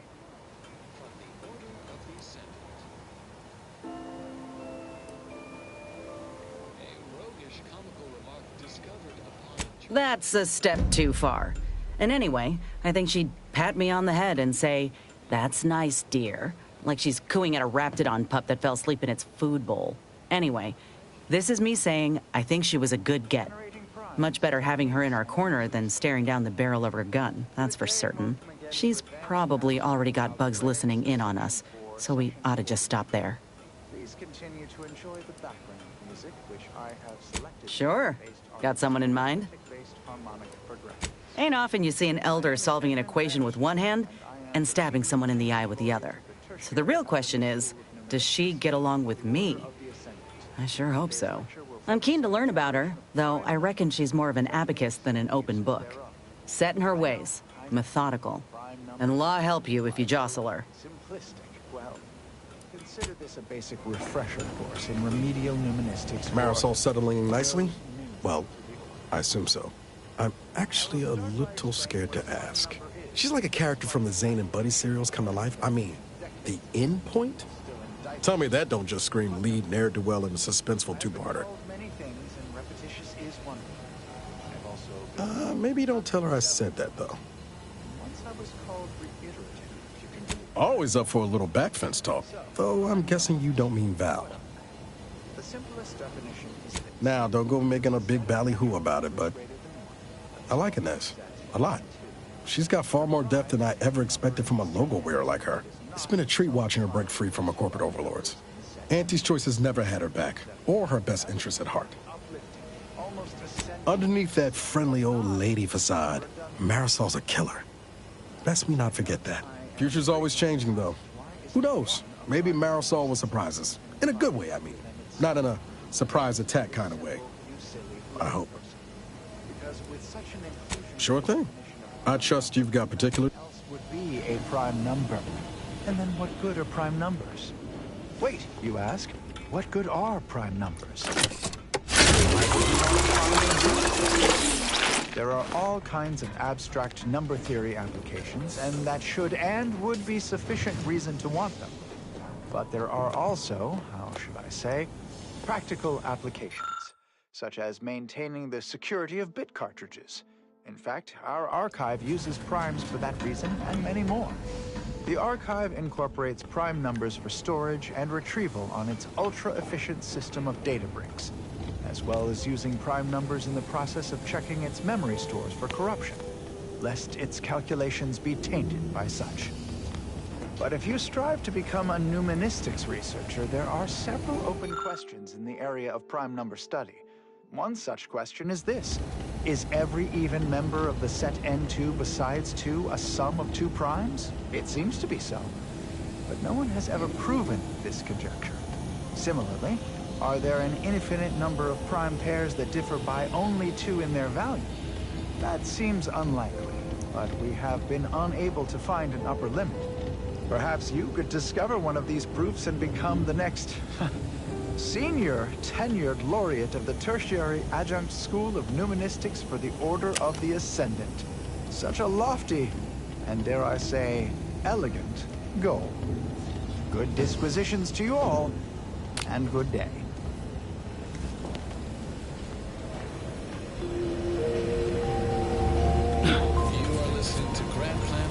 Marisol Delgado has been added to the ship roster and has claimed her quarters. This unit has also been informed by Agent Delgado that she is not to be disturbed while resting unless the ship is on fire, and even then only if it nears my quarters. Readying database.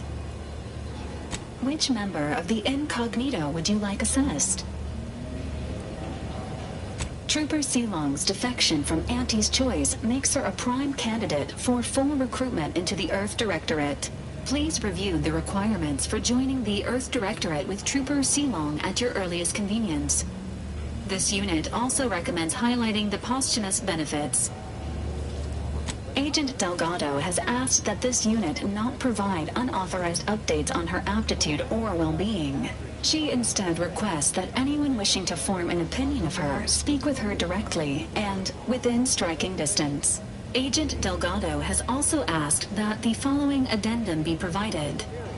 That last portion was a joke, to some degree. This unit is ready to answer any and all queries. Of ignorance. Wouldn't the average color be black or white or simply a shade of gray? No.